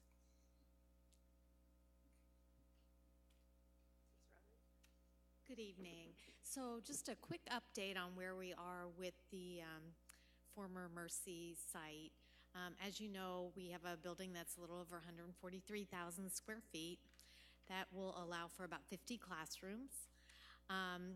We're doing a lot of infrastructure work, as I've presented to you before, all new electric service, new heating and cooling, new windows, new group restrooms, new technology throughout the building, including interactive boards in the classrooms. We're doing a whole new lunchroom, all new kitchen. The building will have a cosmetic improvements with new paint, new flooring, new lighting. We were able to create a new visitor locker room, which was requested by the athletic director for the school, and all new furniture. So currently, we are really pushing to meet our scheduled completion in August. For staffing for the high school, we've added a 10 team for the 2019-2020 school year. And now I have Lauren come speak about communications. So as you see on the charts here, we have a key opportunity here with our enrollment and recruitment. The current enrollment at Gamble is 475, and our projected enrollment for next school year is 576. We've added a 7-8 team to grow in a true Montessori spirit, and so our school will continue to grow up as the students move up. We're prioritizing recruiting rising 7th, 8th, and 9th graders from the charter and parochial school communities, primarily on the west side as part of this. As you know, we're only growing by about 100 students this year, so we're doing this deliberately and strategically. We're not recruiting from the 11th and 12th grades because we want to ensure those students cross the graduation stage in the future year. If they don't have the Montessori experience and if they don't have the CPS credits in place set by the state of Ohio, we can't be sure that they can graduate. So we want to make sure our students do that. So that's why we're prioritizing those younger grades. This is part of the recruitment campaign, and I hope if you followed around a CPS Metro bus recently, you've seen us on the road. Our campaign goals there to my left, raising awareness about the lottery application process, and we've actually extended the high school lottery for 3 days to make sure that we're getting a hold of those families and assisting them in making informed choices about all our schools, but primarily the new school as well. And those campaign elements on the right. And if you go to the next slide, I'll show you quickly these are some of our print materials. And I just want to, if you go back just a second, I want to highlight the reason we have this lovely, lovely design. We're all into the destination theme. It looks like a metro map. And the next one is some of those awesome metro ads that you'll see driving around on one of our fine metro buses around the city. And this is a landing page, so any family that is looking for, if you Google Gamble Montessori, you're going to come to this great page, and it's going to take you right to how to enroll in high school, so you don't have to go through every single page on the website. Go directly to what you're looking for, which is to enroll in one of our awesome high schools. Just as important as the marketing is the communication about what we're doing. And so we're doing regular communications to our staff, families, community, and I want to thank Principal Beth Schnell for being a key person in all of that. Our web and social media updates. We are working on a awesome Goodbye Gamble celebration and an open house for the new Gamble Montessori when the paint dries, Robin. We're also working with Gamble Montessori High School on the lead agency selection so that we have a strong lead agency in place for the school, for the new school year. As Lauren mentioned, we definitely want to highlight some of our state-of-the-art. Our food services, we have hired Joby Smith and Associates to work with our construction architect. Our application has been approved by Cincinnati Health Department. Our kitchen equipment bid has been awarded to CNT Design Firm, and meeting completed to coordinate kitchen with cafeteria color scheme. And we are prepared to open in fall of 2019. Along with that, we're going to do the technology is going to be state-of-the-art with future-ready network infrastructures, updated classroom standards, interactive touch display boards in each classroom. The one-to-one laptops will follow the kids from the current Gamble Montessori High School. The gym and cafeteria will have audio-visual tech and digital signage in common areas. This will be the most high-tech high school within Cincinnati Public. All right, so because we are moving the high school to the Mercy site, this opens up an opportunity for us to open a brand new elementary Montessori option. So the goal is for Gamble Montessori Elementary School, along with the current Montessori schools, to be a West Side destination for families seeking a Montessori elementary school experience. So this is the projected classrooms for year one. So the classrooms in blue, we are taking 8 existing non-Montessori pre-K classrooms. 4 are actually already at that site, at the Gamble High School site. 4 are moving from Westwood. Those will remain non-Montessori pre-Ks. We're going to open with 5 Montessori classrooms that we will grow, and we'll take a closer look at those on the next slide. And then we are going to have 3 structured. So this is what you would typically think of as a multiple handicap or multiple disability classroom. We're trying to change the terminology to structured classroom, going to be at this site as well. There we go. So we'll have 1 pre-K, 1 primary, and 1 intermediate at the school. So for the Montessori piece itself, we're going to start with 3 classrooms that are the 3-6 grade band. So that those classrooms will have 4 3-year-olds, 5 4-year-olds, and 15 kindergartners each. And that's the model we use here in Cincinnati Public for those classrooms. The 6-9 classroom will have 9 first graders, 9 second graders, 9 third graders, and then we'll have 1 9-12 classroom with 9 fourth graders and 9 fifth graders. And currently the leadership team has decided not to recruit 6th grade students for the opening because they will only be in the building for 1 year. And don't really know how invested they would be in that building. So instead, we're going to try to just grow up that 6th grade to take kids that have more experience in the building. So this is the same information in chart form. And as you can see, all of our students together, we are projected to open with 307 students in year 1. So to grow the school, this is enrollment for year 2. We will take those 45 kindergartners and we will add more 6-9 classrooms to accommodate them. So in year 2, we'll have 5 6-9 classrooms. And so those 45 kindergartners will matriculate up into 1st grade. And then we will have to add some more seats available. So in parentheses, you can see what we're adding. So the numbers in blue are the students that will matriculate up through the grades. And then the red numbers are actually the new seats that will be available in year 2. And so this kind of gives you an idea of how the school will grow, because then the next year we'll add 9-12. We'll go back to 3-6 and fill up again until the school is at capacity. And so this is what the school looks like at capacity. So it is projected to be at capacity in 24-25. K through 6th grade will have 75 students with a projected total enrollment of 660 students.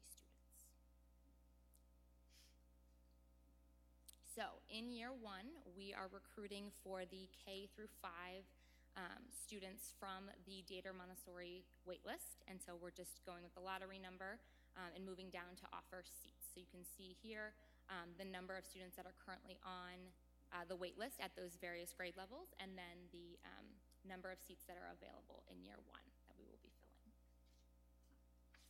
So if I could just jump in for just a moment, you may look to say, well, we have a large number on the wait list and we can take very few students in. That's because of the Montessori complement of the number of kids at each grade level. So those structured classrooms, again, what you would traditionally think of as a multiple disabilities or multiple handicap classroom. The preschool classroom actually already exists at Midway and will be moved over to the Gamble building. So this classroom will serve 16 half-day students. So there are 8 that come in the AM and in the morning and 8 that come in the afternoon. The primary and intermediate structured classrooms are going to be brand new classrooms. And so they'll each serve 8 students that will be there for all-day education. Okay, Robin's going to update us on the elementary as well. So we're excited about the opportunity to revitalize the former Gamble building to be elementary schools. So just a brief recap, the building is a little, oh, that's not right. Actually, the building's about 50,000, a little over 50,000 square feet, 34 classrooms. Most of the work we're doing will be cosmetic and making the space more appropriate for preschool and elementary school age children. We will be doing a significant amount of plumbing work to try to add some additional preschool restrooms. They'll have new furniture. We're adding another 2-year to 12-year playground. We put a preschool playground in this past year, so we'll be adding another playground there as well. And then just new painting. We'll probably end up doing some new flooring because we'll be cutting into the floor for the plumbing, and just making it more elementary school friendly.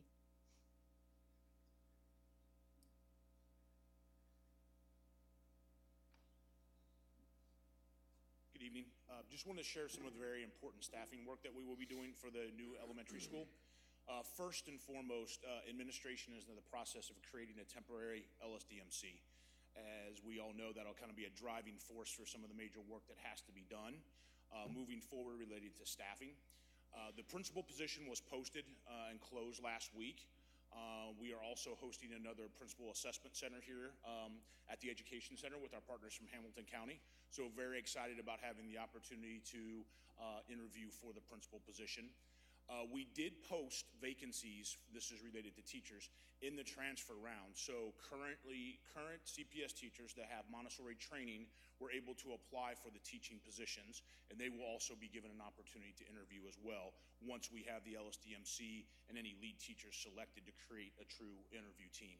And then as Amanda shared earlier, I won't repeat, but we broke down again just for you the complement of the teaching classrooms and the number of positions that we will have for year one.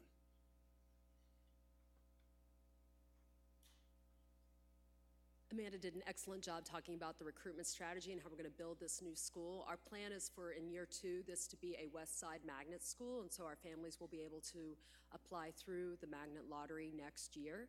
And we're going to be continuing to market particularly to West Side families, including charter and parochial schools.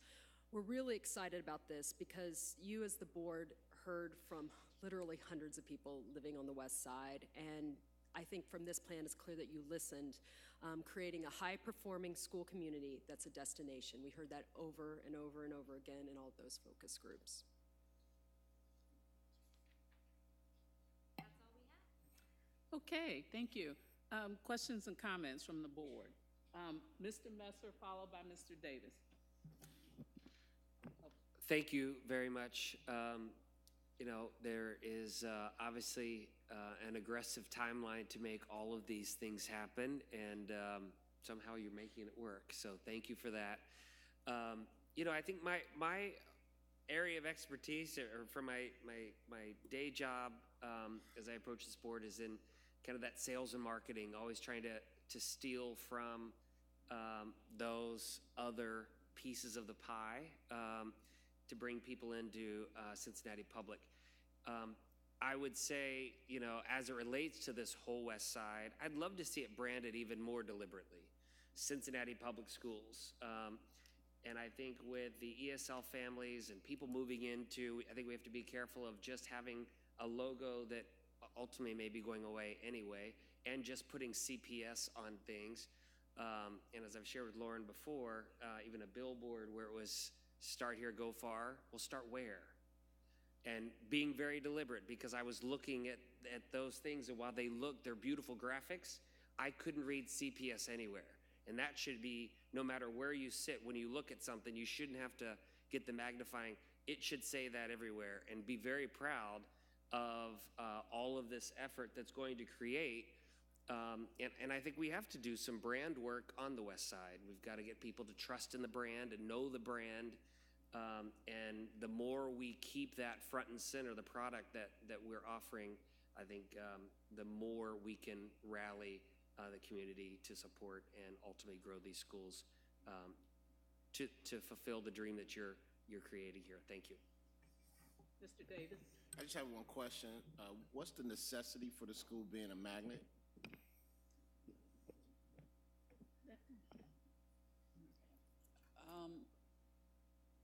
Well, it's a specialized program in which according to the board policy now, that you enter into a lottery to get into the school. And so it's a specialized program that pulls from not just your neighborhood, but beyond your neighborhood boundary.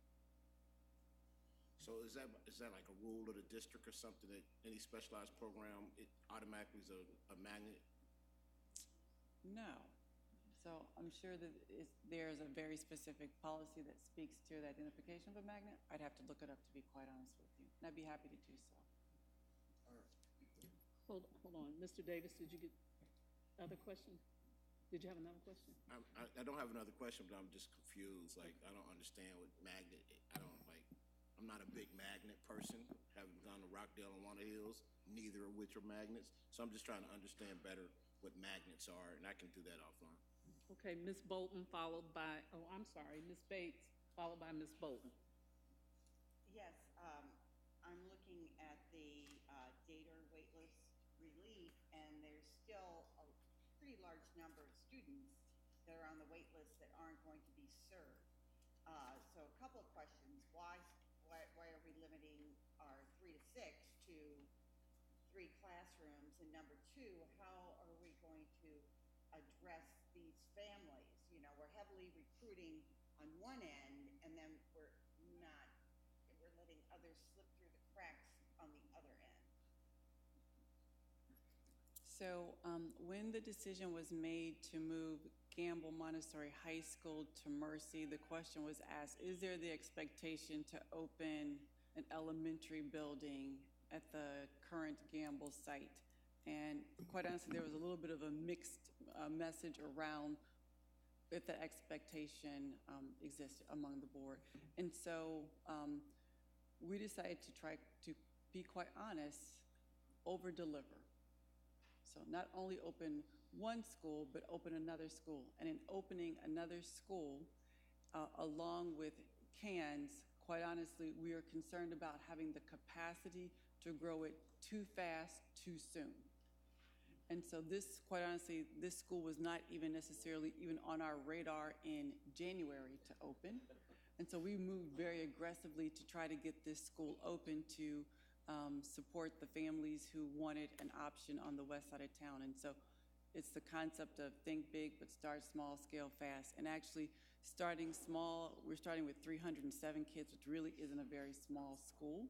And so we're hustling to try to make this happen for the 300 kids. And so that's the only reason, quite honestly.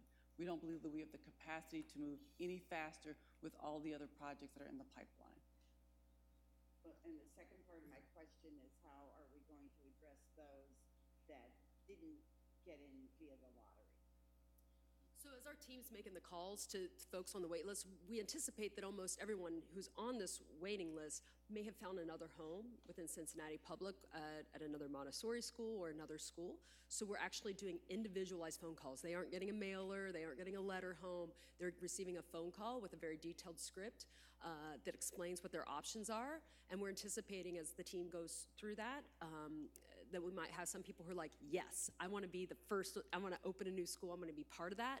And we might have other parents who are like, you know what, that's great for someone else, but I'm very happy here at Parker Woods or Covedale or wherever they ended. I just want to also add that the parents from the LSDMC and the PTO at Dater Montessori have been absolutely terrific.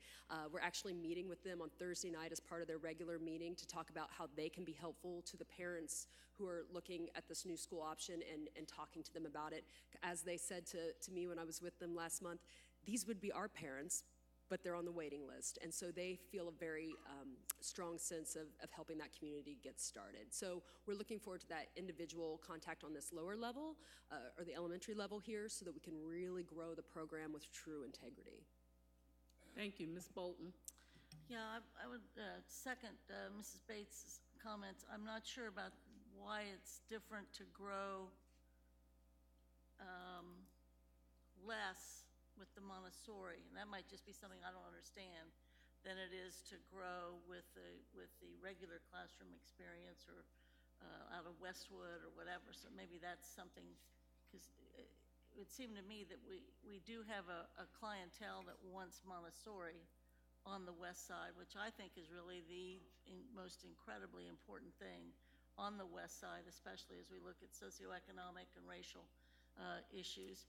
And I still would really like to see more of a Montessori effort as this grows. This is a tremendous effort on everybody's part to try to do this, and I understand that, but I don't understand that it's easier to grow the non-Montessori, or that's just something perhaps we can explain to me. Sure. When I think back to opening Carthage, Leap, and Spencer, we opened it with a very small number of students, less than 300. So we're actually growing this faster than we grew the non-Montessori schools. So it isn't that Montessori is so different that we have to grow it slower. We just don't believe that we have the capacity to get the building ready, to have the staffing in place, to do the professional development, to move any faster than the 300 kids that we are scheduled for next year. So then the issue for me is the proportion of kids, Montessori or non-Montessori. So that was something we can talk about a little bit later. I have I know this is the least important for Robin and everybody else, but in the community, tremendous emphasis on the outside of the school, the bus piece, whether or not there's going to be a practice field in the back, who's taking care of the meditation walk and all the landscaping down there. And then I noticed we didn't talk about the transportation piece, but that's that bus piece, or even the fence in the back. And we don't need to worry about the couple of buildings or 3 buildings that are on the site besides the school. But I know on that street, people are wondering what we're going to be doing in the back. So the next time you report, that'd be great. But I know it's a lower priority. I have a question. I don't know. I think this for the superintendent. Or I don't know if Mr. Hoyne's still here, but are neighborhood organizations or neighborhood community councils or little cities, are they allowed to be lead agencies? Because when I've been on the west side, there's some interest as the current lead agencies are leaving. There's been some real interest to have a wedding, if you will, a marriage between the school and the neighborhood or the community council, and I know this is true too in possibly Cheviot, where they have a great relationship. So it would be really, I don't think it's an assignment, but it's a wondering that it would be great to think about, because that could be the ultimate piece where the neighborhood and the school fuse together. So, and I think that might pertain to Gamble High School, Montessori High School. Excellent, that's something. And the elementary. We've actually looked at that policy, and it's obviously we've looked at it very closely. I don't know. And I believe it is absolutely within the realm of the policy that a community council or a city could be that lead agency. It would just be and I think we're looking at that as Evanston as well has mentioned as that was an interest to them. So we can look further into it and happy to discuss that with our friends in Westwood and beyond. Thank you. Mr. Messer, I'm sorry, Superintendent. Just to follow up on a question that you had, we actually have this slide. We were just waiting to see if you were going to ask us about it. So we could go to the last slide, please. Okay. we still have some work to do on this, but we have thought about it. So I want you to know we've investigated transportation and Good, what 'cause that might look like. It's on here, and I Yeah. wondered if we were, we're Yes, staying away so- from the T word.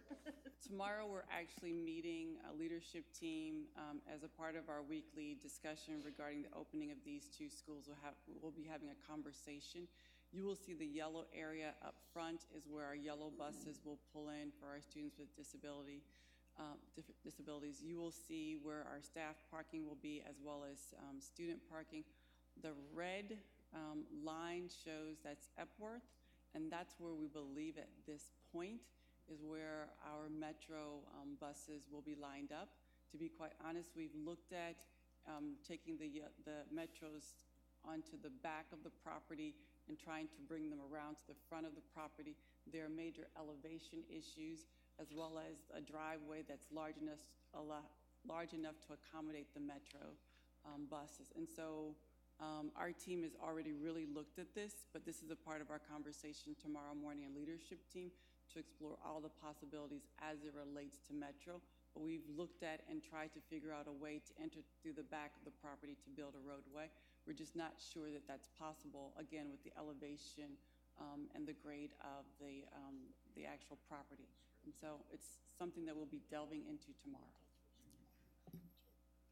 Okay, any other questions before we move on? And I am reminded that it's like 20 to 9, and we still have a full agenda. So if we could move on, I'd appreciate that. And I just want to close the conversation by thanking administration for all the work. And I hear superintendents saying all the time, think big, start small, scale fast.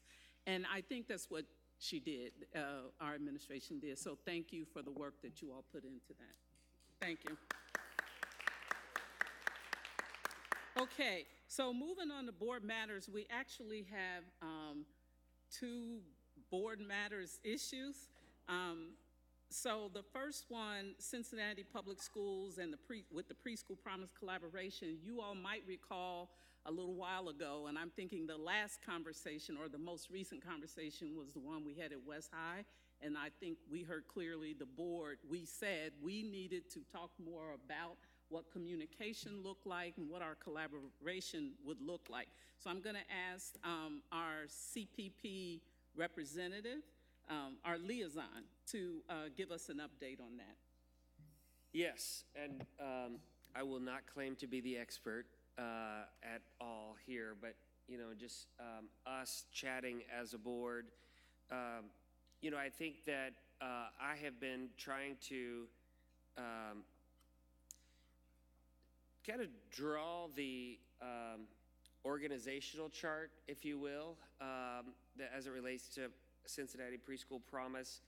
And what that did is basically give me the belief that we probably are overdue for a board-to-board conversation. So a few things, just to update, maybe everybody knows this, Shiloh, the director at Preschool Promise, has resigned. I think that one question that at least some within CPS have is who will be our direct go-to and how will we collaborate there. I think the second is, some of you, maybe all of you, have received the letter that Preschool Promise received by some of their members who are also, or I guess some of their members are, but from Promise Forward, where some of their members sit, that laid out some opportunities. And of course, some of those things are things that we want to make sure that as the Preschool Promise dollars are tied to CPS dollars, and we have a levy coming up, that maybe we should get ahead of a couple of those issues.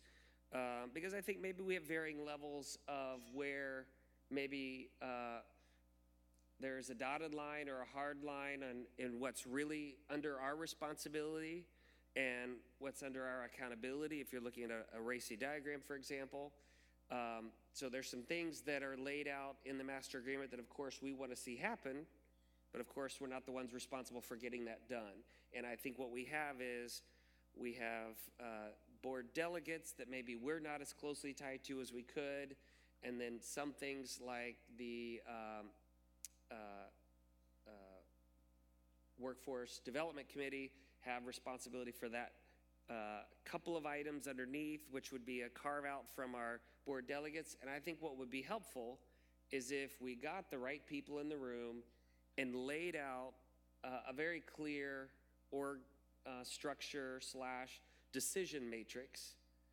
And then once we had alignment there, because I think there's one org chart that's where the dollars flow, but then there's another org chart on how the work is done.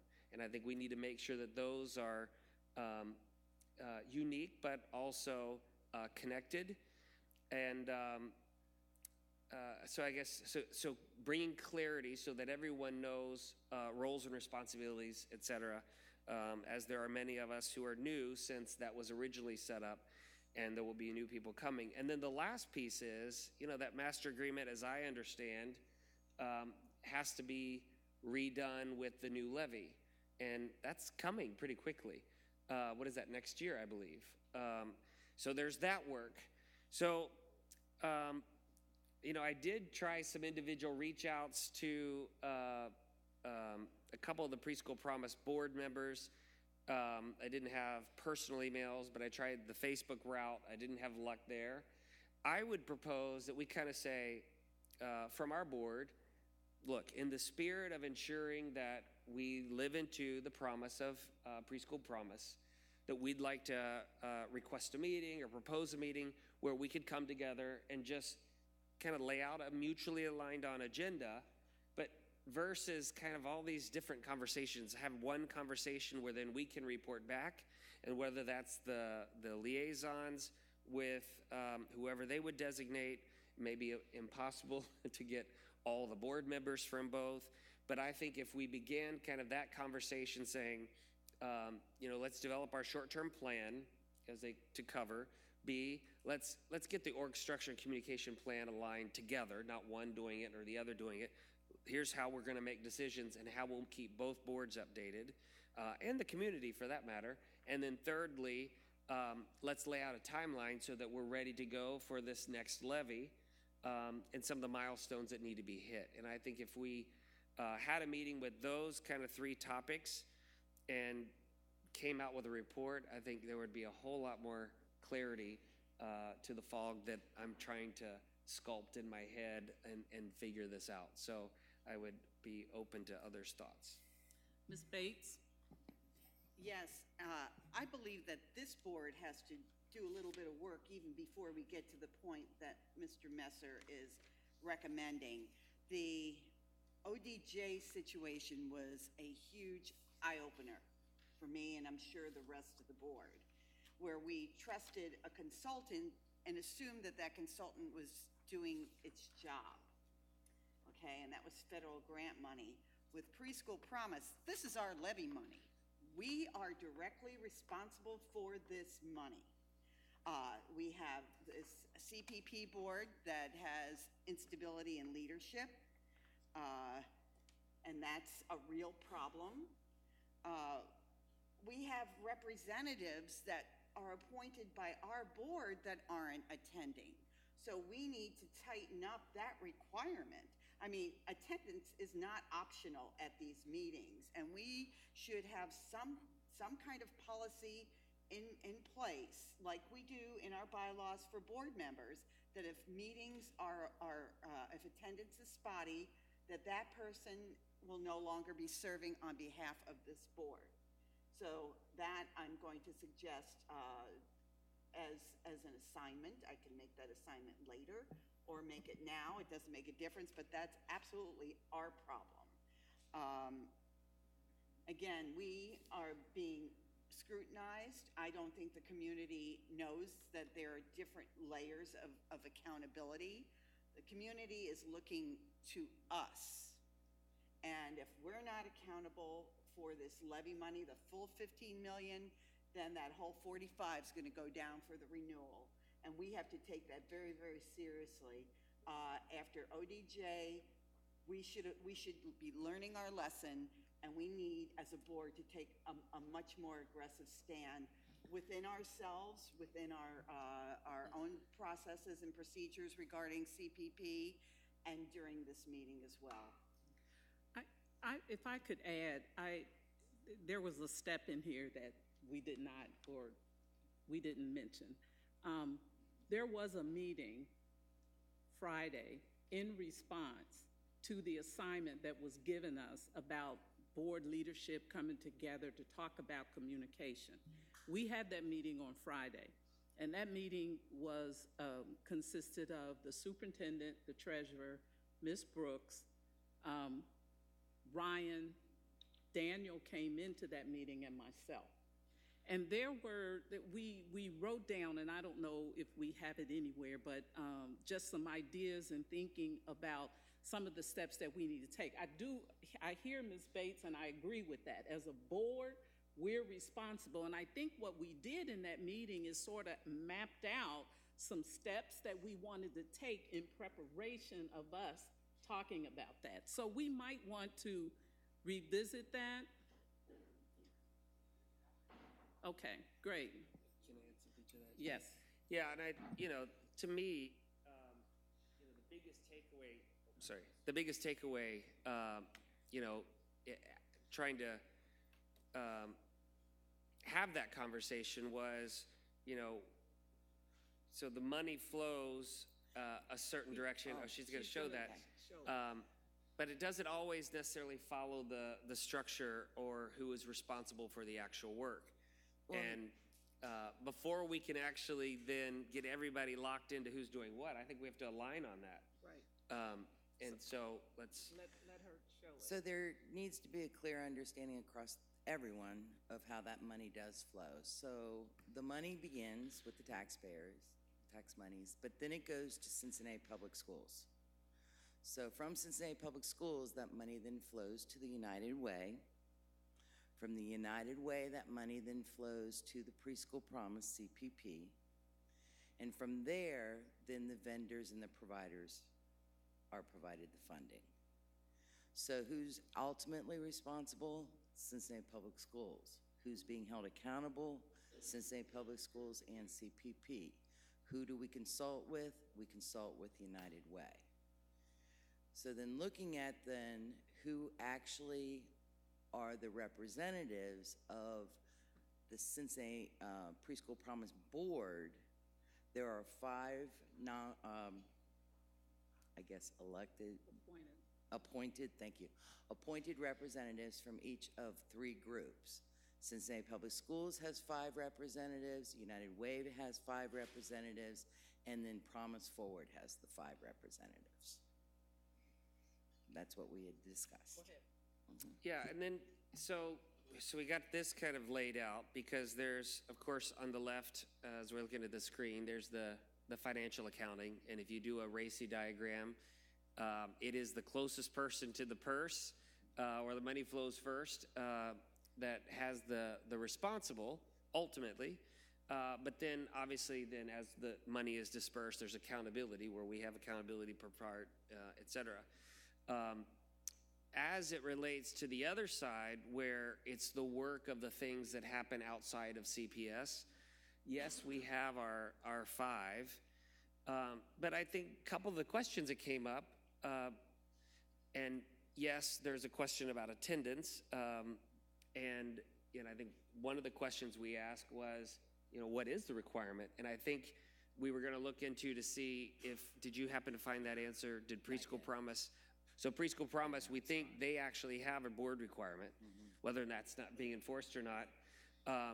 But then the other question is, are the right people at the table there? And, if you think about, do you need another layer of people who then have to kind of report through another layer to come back?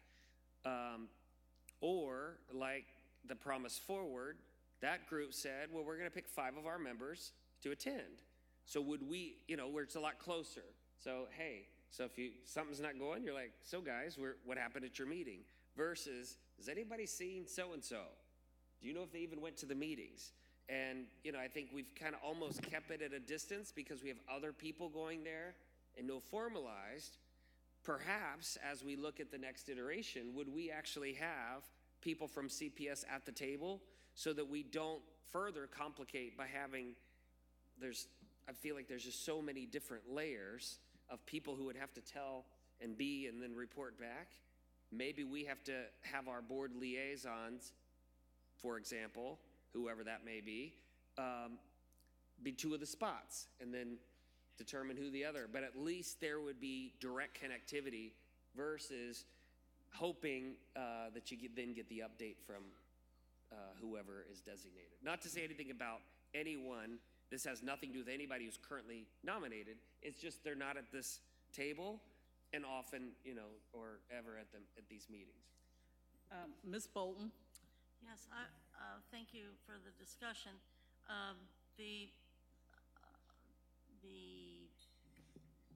board, the CPP board, or whatever is the proper term, is the governing body of the program.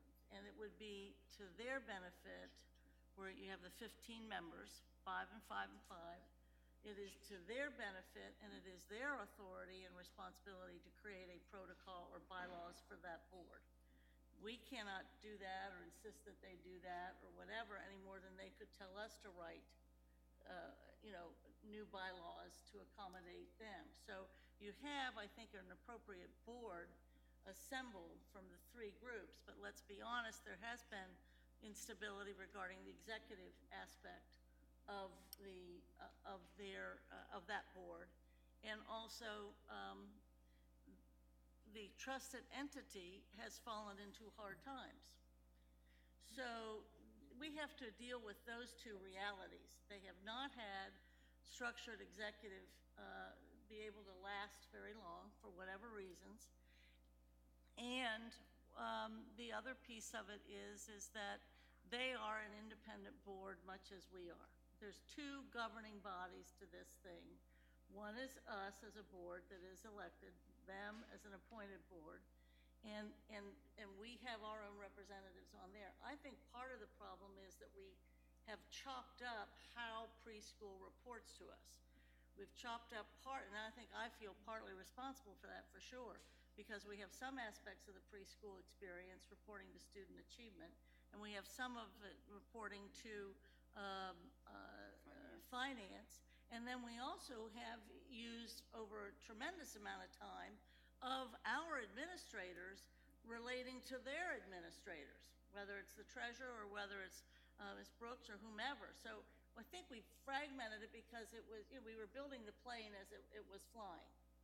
And so there is great worry from my point as to whether or not when it comes time to renew, if there will not only not be enough quality seats and quality providers, but whether or not we can even afford to do this or even get a majority vote to renew it. So something does have to happen along that lines, and I think consolidating it, and maybe the first way to do that is to be ready to have, when both get prepared, a combined board effort, because I remember we went on for almost, again, 2 or 3 years in preparation for Preschool Promise.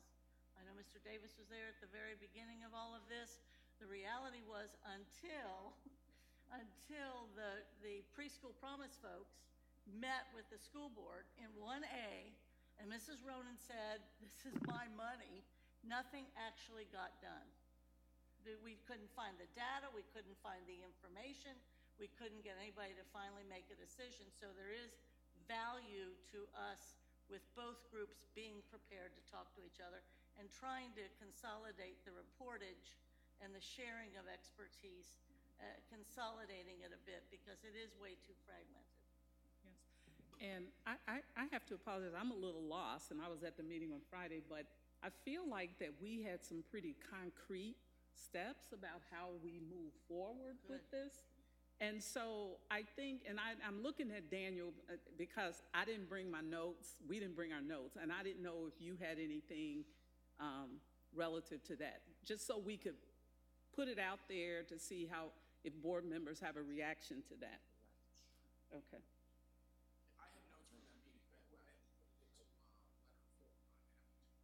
Okay, but do you recall like what those steps were in terms of the response that you're hearing from board members now?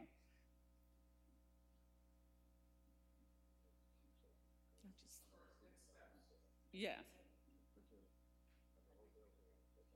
I think Ryan mentioned 3, but I want to be very concrete in saying, here's what we decided to do. First, issue a letter asking them to provide certain information for us. And I hear Ms. Bates saying, you know, we need to have a discussion. So I think that discussion is going to be based around what that letter tells us and what have you. So. Okay, yeah, I mean, I think there was a request to know what the next steps were in terms of the leadership. So now that Ms. Turner has resigned, what's their next steps? And then yeah, so start to plan for the future in terms of whether any changes are needed to the structure, to the master agreement. I mean, I think that was the essence of what we talked about on. Okay, so what we need to do then is decide our next steps internally from the board. What are we gonna do? Or do we want to issue this letter first and foremost to ask them what their plan is for their internal structure? Yes, go ahead. Yeah, I mean, I think the letter is great in that it, because I'm not sure, I'm assuming we would send that to Father Graham as the board president, but I think we do need to have an initial meeting.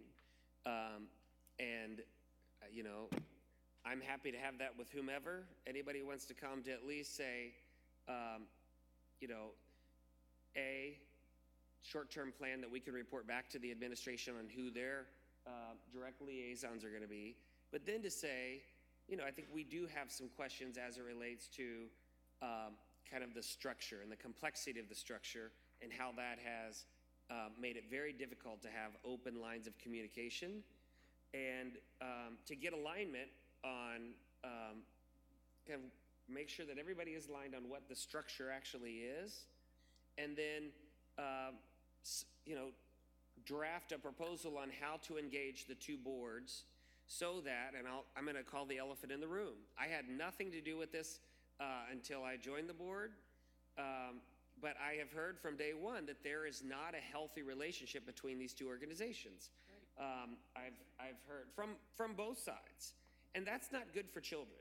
And I think that needs to be the initial conversation, and then to say, how do we do this together? I don't think we can come to them and say, you have to do this and you have to do this.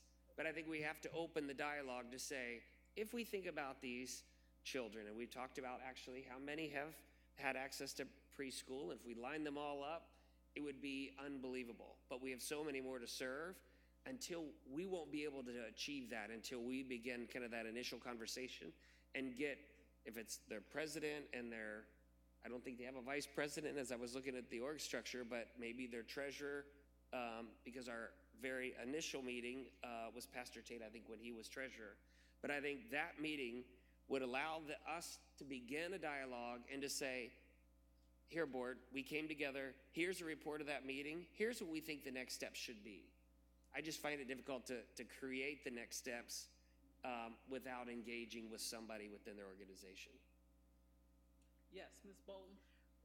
I think we need to have a preliminary meeting before we have that mutual meeting, but I think that mutual meeting needs to be soon. I also think our obligation is representing, I know we've made the giant promise about preschool promise, and that's up there. We sold into it, we bought into it, we're ready. We've been, I think, semi-committed to that, certainly. But our first obligation is how is this either not serving or serving CPS's interests in expanding preschool? So I think the administration has to report to us from a standpoint of where the barriers are that are not allowing us to expand, or is it this interrelationship that's having issues? Is it what are the reasons? So I would like to, maybe that's an assignment. The administration, the experts need to report back to us and listen to what we're hearing on the street as well as to what's not working from the CPS angle. And the preschool promise people can certainly determine to do that too both, their board can do it, but you also, how shall I say it? Are there other entities that have to be a part of this meeting, or is it the elected board of CPS and the appointed board of Preschool Promise? I mean, those are the two boards, correct? I think there's just too much fragmentation, too much liaisoning, whatever, and so it gets lost in the communication somewhere along the line. Go ahead. Yeah, and I think to that point, so we have our liaisons on the board, but then we also have the Workforce Development Committee. Well, we appointed that group. Have we gotten a state of the union from them? And you know what? At least what I've heard is the good news is I feel like there has been a great working relationship between our administration and their administration.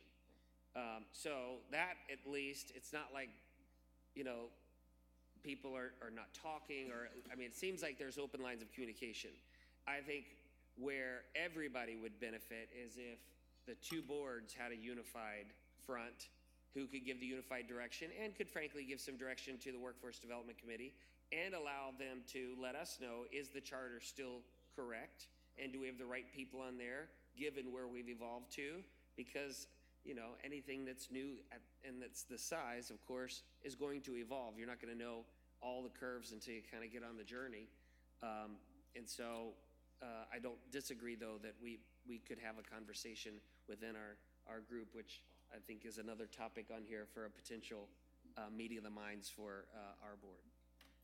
So I think what I'm hearing is that we want to do a board-to-board conversation. And in preparation of that, our board needs to be clear and identify what the specific concerns are. Yes. I would also suggest that we send that letter that we're talking about just to get a status report.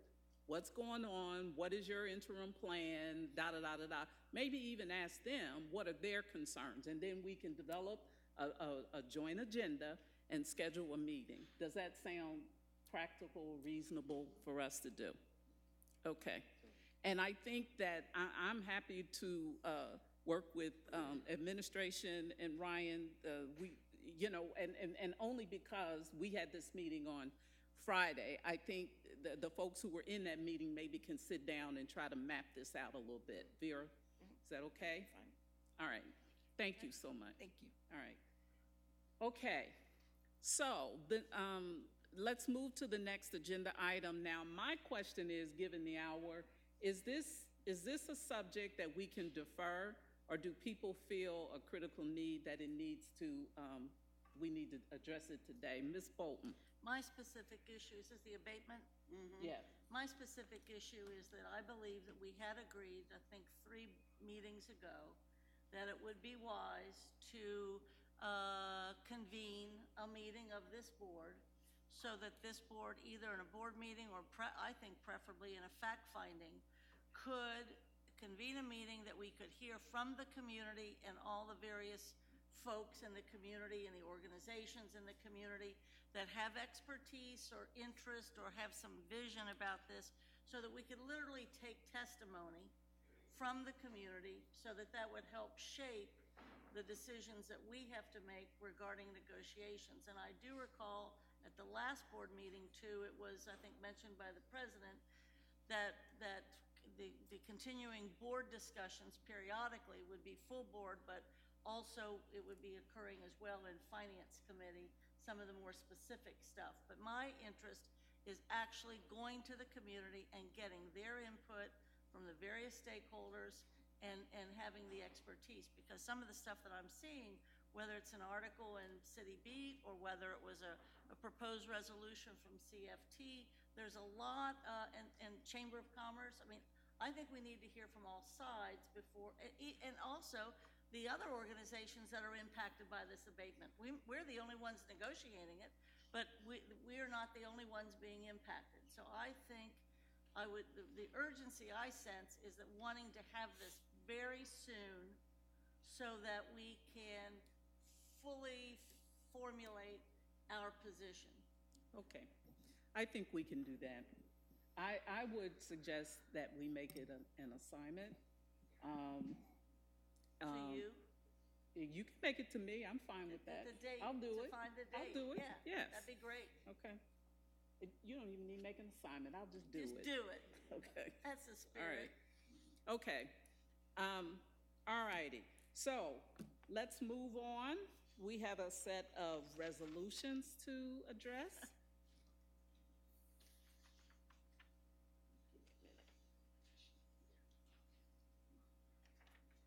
Okay.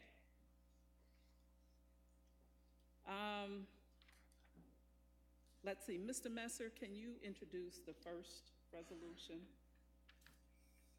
Yes, I am presenting a resolution appointing Lanisha Simmons, ELA Manager of the City School District of the City of Cincinnati. Present the resolution as written. Is there a second? Discussion? Ms. Wagner, please call the roll. Mrs. Bates? Aye.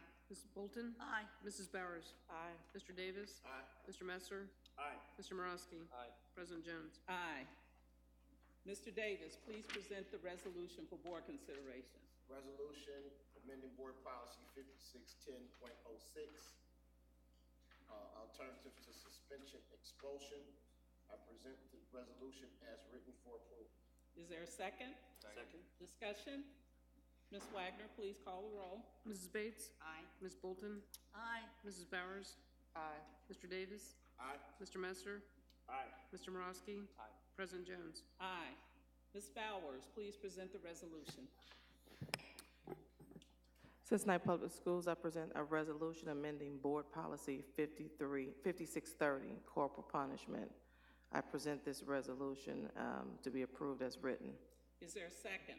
Second. Discussion. Ms. Wagner, please call the roll. Mrs. Bates? Aye. Ms. Bolton? Aye. Mrs. Bowers? Aye. Mr. Davis? Aye. Mr. Messer? Aye. Mr. Morosky? Aye. President Jones? Aye. Ms. Bates, please present the resolution. Yes, I have a resolution amending Board Policy 5722, school-sponsored publications and productions. I present this resolution as printed for adoption. Is there a second? Second. Discussion. Ms. Wagner, please call the roll. Mrs. Bates? Aye. Ms. Bolton? Aye. Mrs. Bowers? Aye. Mr. Davis? Aye. Mr. Messer? Aye. Mr. Morosky? Aye. President Jones? Aye. Ms. Bates. Yes, I have a resolution amending Board Policy 5725, students as precinct election officials. I present this resolution as printed for adoption. Is there a second? Second. Discussion. Ms. Wagner, please call the roll. Mrs. Bates? Aye. Mr. Bolton? Aye. Mrs. Bowers? Aye. Mr. Davis? Aye. Mr. Messer? Aye. Mr. Morosky? Aye. President Jones? Aye. Mr. Davis, please present the resolution. A resolution amending board policy 5730, equal access for non-district sponsored student clubs and activities. I present the resolution as written for approval. Second. Discussion. Ms. Wagner, please call the roll. Mrs. Bates? Aye. Ms. Bolton? Aye. Mrs. Bowers? Aye. Mr. Davis?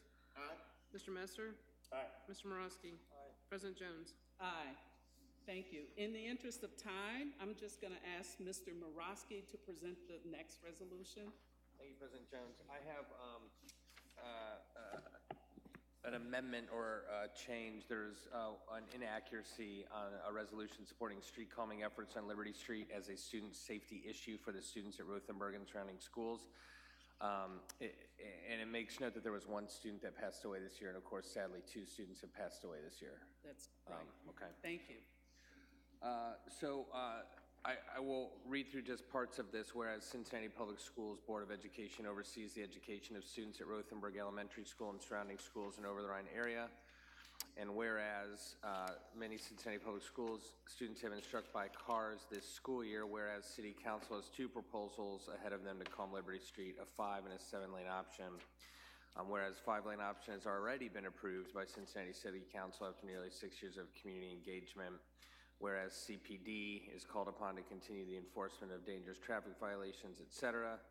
Therefore, be it resolved, CPS supports a significant street calming on Liberty Street, preferably the 5-lane option, as it has had the most robust community involvement. I present the resolution for adoption. Is there a second? Second. Discussion. Ms. Wagner, please call the roll.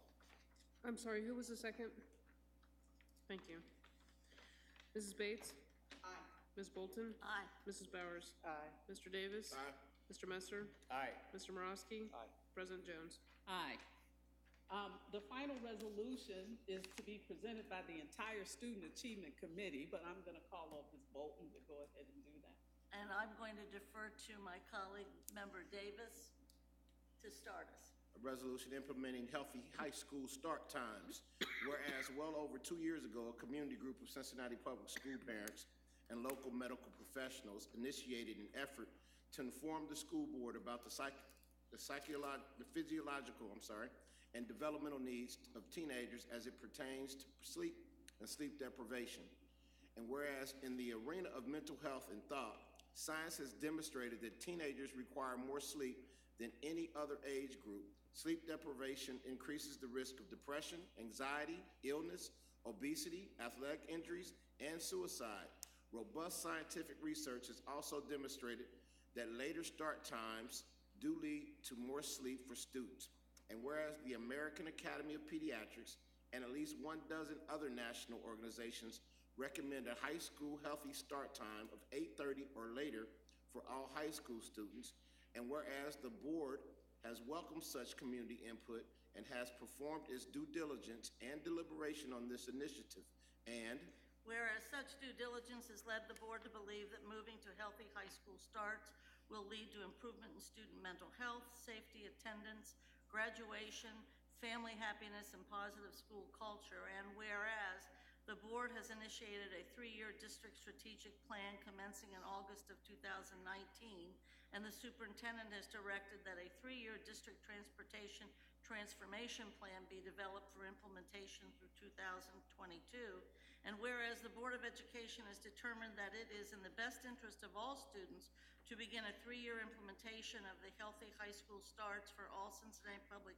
high schools, and that implementation will have as its target the aspirational start time of 8:30 or later, and whereas even if due to financial or logistical barriers, some schools may start as early as 8, the number of Cincinnati public school high schoolers leaving home in the dark will be minimized, and whereas other gained transportation efficiencies, reorganized programming, and redrawn district geographic alignment will reduce travel time. Therefore, be it resolved that the superintendent be directed to begin a 3-year healthy high school start time implementation plan commencing in 2019-2020, and be it further resolved that the district continue to solicit and welcome the collaboration of community groups and vendors as the district embarks on this transformative effort, and be it further resolved that the district embarks on this transformative effort, it also seeks to be full partner in any regional transportation discussion, and be it finally resolved that this plan be embedded in the district strategic plan under the direction of the superintendent and oversight of the board. Resolution is presented for adoption. Is there a second? second. I'm sorry, who Second. seconded? Okay, discussion? Ms. Bates, well, before, can I do this first? I've asked the superintendent to offer some comments for clarification around the implementation. I believe she and Mr. Johnson have been working more recently on it, so. Yes, and so while I prepare an intro, I'm going to have Mr. Johnson make his way to the podium. So we have heard loudly and clearly from the board the interest in terms of healthy start time as reflected in the resolution. What I'm going to pass out to you now is an option that we believe can happen for the upcoming school year. And we are not going to do a presentation. It is literally going to be a 2-minute overview of this proposal in terms of the options.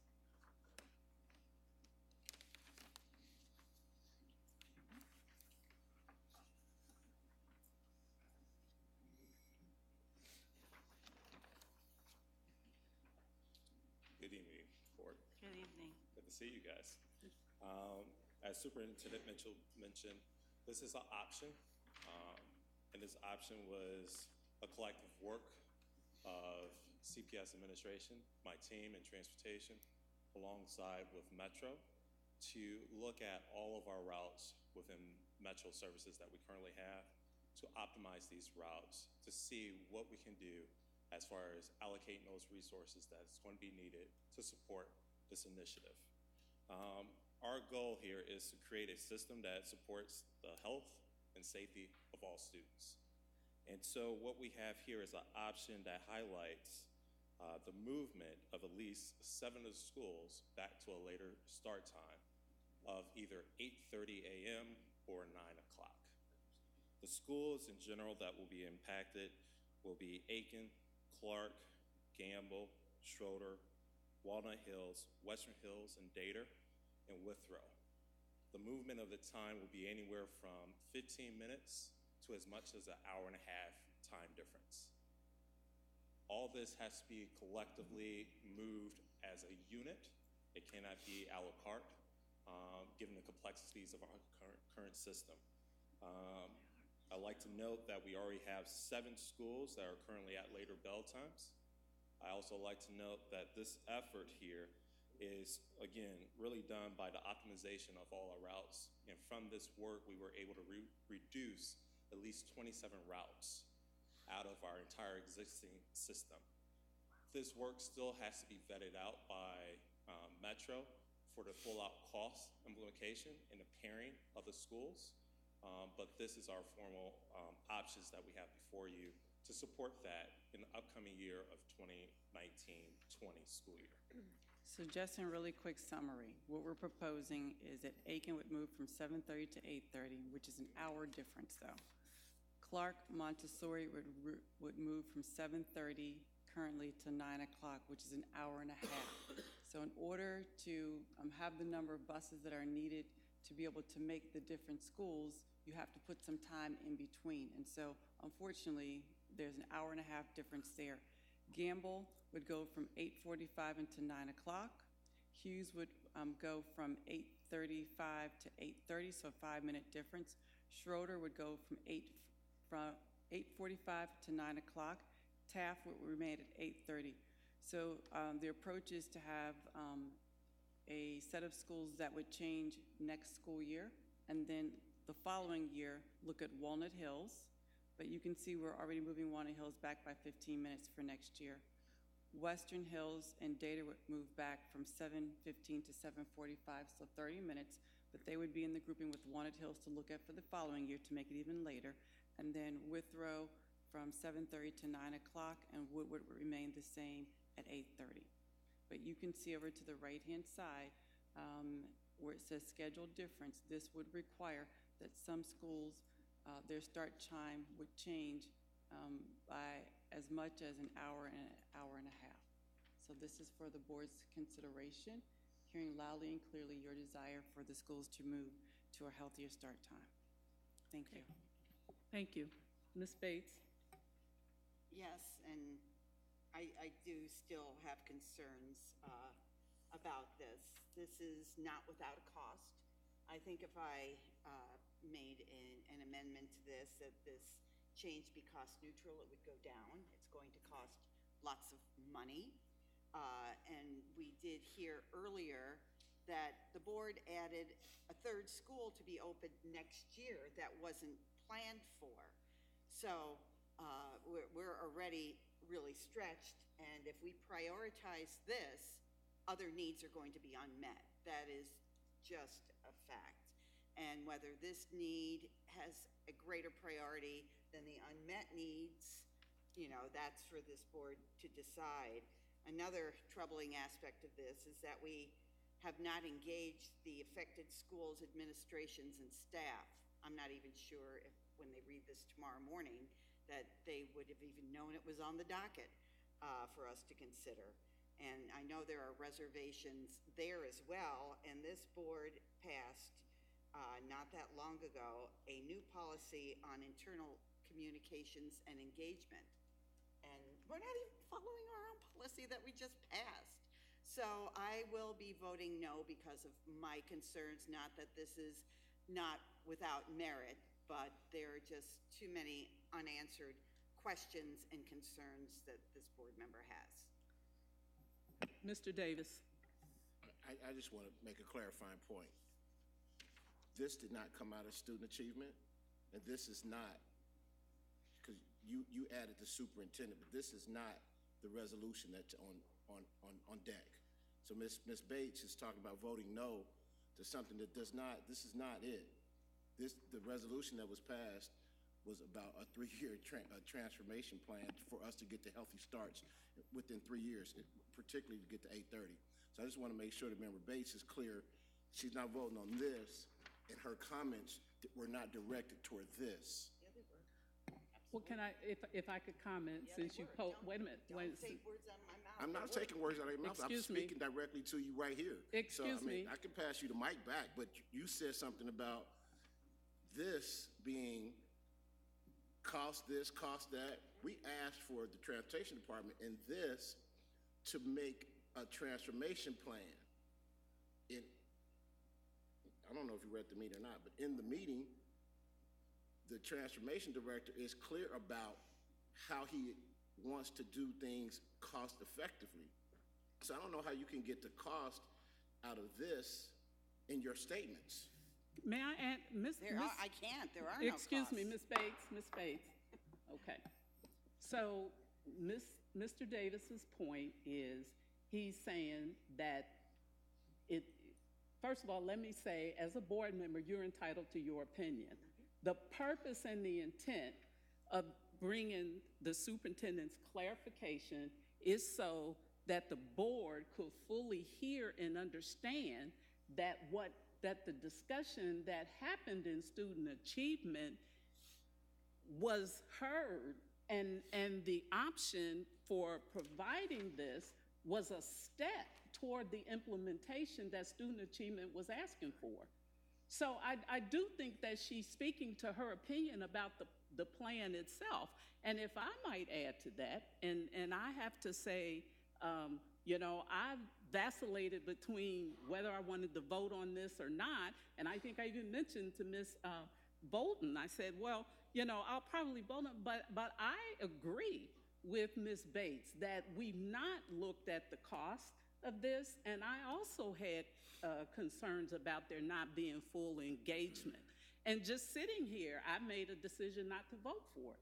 So, the motion is on the table now. I think the implementation, if the resolution passes, and there has to be an implementation within 3 years, which is what the resolution says. Whether or not this is the option, I think that has to be part of the conversation moving forward. Ms. Bolton. Yes, thank you very much. And I think the clarification is a good point from Mr. Davis.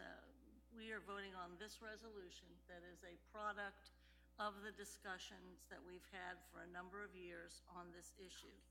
And I think that the effort by the administration to say, here is an option, this is one way that we might be able to achieve this over 3 years, is helpful to me from a standpoint that it shows that the administration heard what has been said and what the purpose of this resolution is about.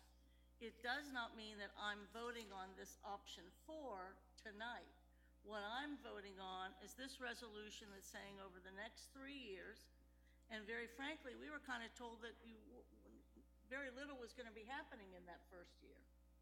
And you're right, we haven't seen the cost, but the resolution speaks to if there are financial or logistical areas of concern or barriers, then that has to inform the implementation. And so I think this is a great example of the administration telling us that this might be a possibility.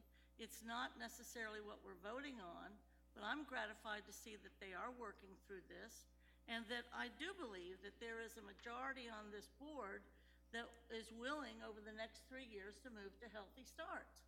Now, I don't know if somehow in the evening the majority has evolved to something else, but I think that this resolution addresses the concerns one would have and establishes the parameters for implementation. It was also not the Student Achievement Committee that necessarily asked the administration to create this implementation plan. But they did so in an effort to try to address what they felt was the will of the board. And I appreciate that greatly. I'm sure we're not going to do anything that is not cost effective. I do think this is a high priority when you look across the board at high schools and where they are right now.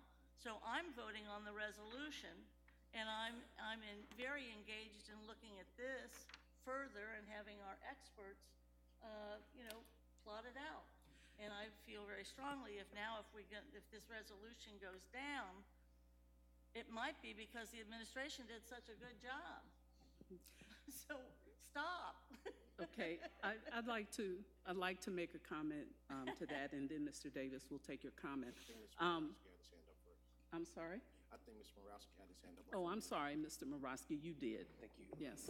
I just want to say this is really impressive, Mr. Johnson, and I know you took a lot of extra time to come meet with us last week, and you had other meetings, and you took the time to come meet with us, and you had a lot of really insightful documents. I had made up my mind, as I think you know, and certainly the board members who were there, to just say, okay, well, and we can't do it next year, but this will be step 1 of 3 by going forward with your plan, and the fact that this happened from last Thursday to now is extremely impressive. And that's all I wanted to say. And obviously everybody knows my opinion on this and the resolution. I'm very supportive of it.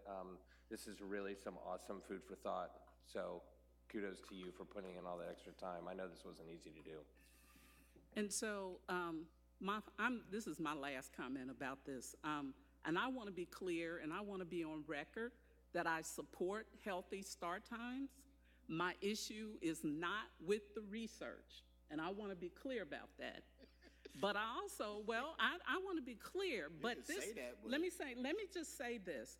We as a board, we have asked our administration to go over and beyond. We are putting things on our administration that is not fair to the administration and to this district. I know, but, and I'm going to say this, I don't understand. This was clear to me that it wasn't folded into the resolution. The intent was to indicate to the board that our superintendent and Mr. Johnson was working to try to accommodate what the discussion was. And so for board members to get that confused, I don't understand it. But anyway, I've said enough, and Mr. Davis has the floor, and then we're going to vote. Mr. Davis. I'm just so confused because members of the board sat in the Student Achievement Committee meeting, special Student Achievement Committee meeting, when I clearly said to Mr. Johnson, I ride with you, sir. There's been no board member more supportive of the administration than Ozzie Davis III. I'm like, whatever the administration say, guy, that's me. Even going back to what we're going to do with Mercy. And I appreciate the administration being flexible enough. I was far to the other side on healthy start times. This 3 years. The question of healthy start times was, we want healthy start times next year. Dr. Adams and her group, flexible enough to say, okay, if it's going to take us some time, because of the presentation Mr. Johnson made in Student Achievement that showed us this is miraculous. This is miraculous to the presentation that was made. That transportation department has been working their tails off. I can tell from this sheet of paper. Because what was presented in Student Achievement, it led to everybody in that room saying, okay, we can't do it this year. We probably won't be able to do it next year. But 3 years, and we looked at Mr. Johnson, you think 3 years might be enough time? And Mr. Johnson said 3 years would be more time that I need, time that the department would need to do all the things he was doing with numbers. I think I was at the same meeting. It was 5 board members there.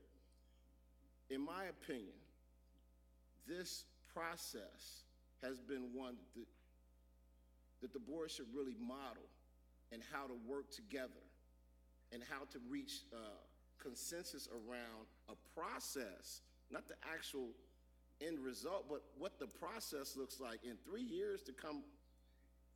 I whispered to Mr. Member Bolton, we should have said 2 years, because in 2 weeks, Mr. Johnson and his committee came closer than we were far away last week.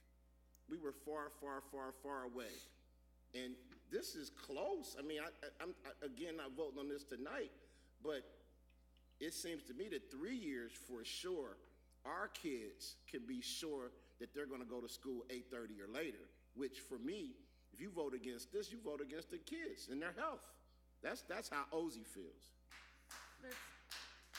Yes, ma'am. I know. Last comment, please. I know we want to vote on it, but what, tonight, I think this is what the board's function is to bring concerns and establish a vision and a goal, and then the administration figures out, when there is the will of the board, to figure out the implementation. And I think within the resolution, we have built enough opportunities for implementation, but also reasonableness in that implementation. And so tonight we vote on whether or not we believe that for our schools, our students at high schools should have healthy starts. That's the resolution. The resolution is, do we believe that over the next 3 years, our high school students should be able to have healthy start times? That's what the resolution is. And the way it is achieved over the next 3 years falls certainly to the experts to figure it out, and also for us to figure out, is it the cost-benefit analysis that we want in order to pursue it. But tonight we're voting on whether or not you are in favor of CPS high schools having healthy starts over the next 3 years. That's the vote. We are not in charge of figuring it out. Are we ready for a vote? Ms. Wagner, please call the roll. Mrs. Bates? No. Ms. Bolton? Aye. Mrs. Powers? Aye. Mr. Davis? Aye. Mr. Messer? Aye. Mr. Morosky? Aye. President Jones? No. Motion is approved.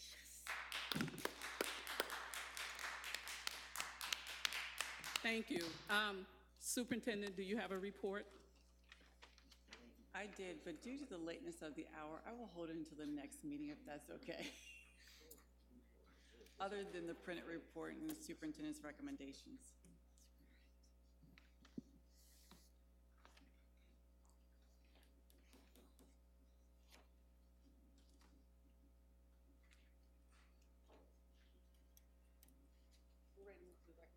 Oh, I'm sorry. I thought you were, I saw this, I thought you were getting ready to do something on Because of the me. lateness of the Okay. hour, I'm going to hold it till All next right. time. I need a motion to approve the recommendations of the superintendent. Is there a second? Second. Any discussion? Ms. Wagner, please call the roll. Mrs. Bates? Aye. Ms. Bolton? Aye. Mrs. Bowers? Aye. Mr. Davis? Aye. Mr. Messer? Aye. Mr. Morosky? President Jones? Aye. Do I have a motion to approve the revised report of the treasurer? So moved. Is there a second? Any discussion? Ms. Wagner, please call the roll. Mrs. Bates? Aye. Ms. Bolton? Aye. Mrs. Bowers? Aye. Mr. Davis? Aye. Mr. Messer? Aye. Mr. Morosky? Aye. President Jones? Aye. Thank you. Inquiries and updates. Ms. Worley, is there anything you want to update us on around Wednesday? Oh, yes. Thank goodness we passed that PE curriculum. Yes, on Wednesday, 6 p.m. here in the Mayerson Banquet Room, we are going to have Policy and Pasta, which is the colloquial name we have given your budget hearing. So we have invited everyone from the local community elected officials to our LSDMCs, parent teacher groups right out here, and we'll enjoy a presentation with more depth and beef, if you will, from our treasurer. The superintendent's going to give a presentation on some of these strategic initiatives you'll see in the budget this year, and at the board's request, we'll have some opportunity and time for some more questions and answer, more casual or informal, if you will, to ask questions of the presentation as we go along. Thank you. Mr. Davis. We're meeting in here, or are we meeting We'll be in the over there? banquet room so we can serve the spaghetti. So that's on the other side, right? Mayor's. You got it. The mayor's. All right, thank you. Okay. Thanks. Thank you. The event will also be live streamed if you want to share with your networks. Okay. So, did you want to Mr. Messer, do you want to introduce the next? Yes, and maybe I can propose we do this via Doodle, but the idea would be, I think there are a variety of topics that are starting to stack up, that it would behoove us to actually have a work session before October, given all the things. So how about I send out a Doodle poll to see when we might find a Saturday with 3 or 4 hours that we could convene a board retreat. Yes, Saturday. Or other time, yeah. Ms. Bolton? I think that's great. Just we don't forget our hearing or fact-finding regarding abatement. Yes. Yes, got that. Yes. Okay, thank you.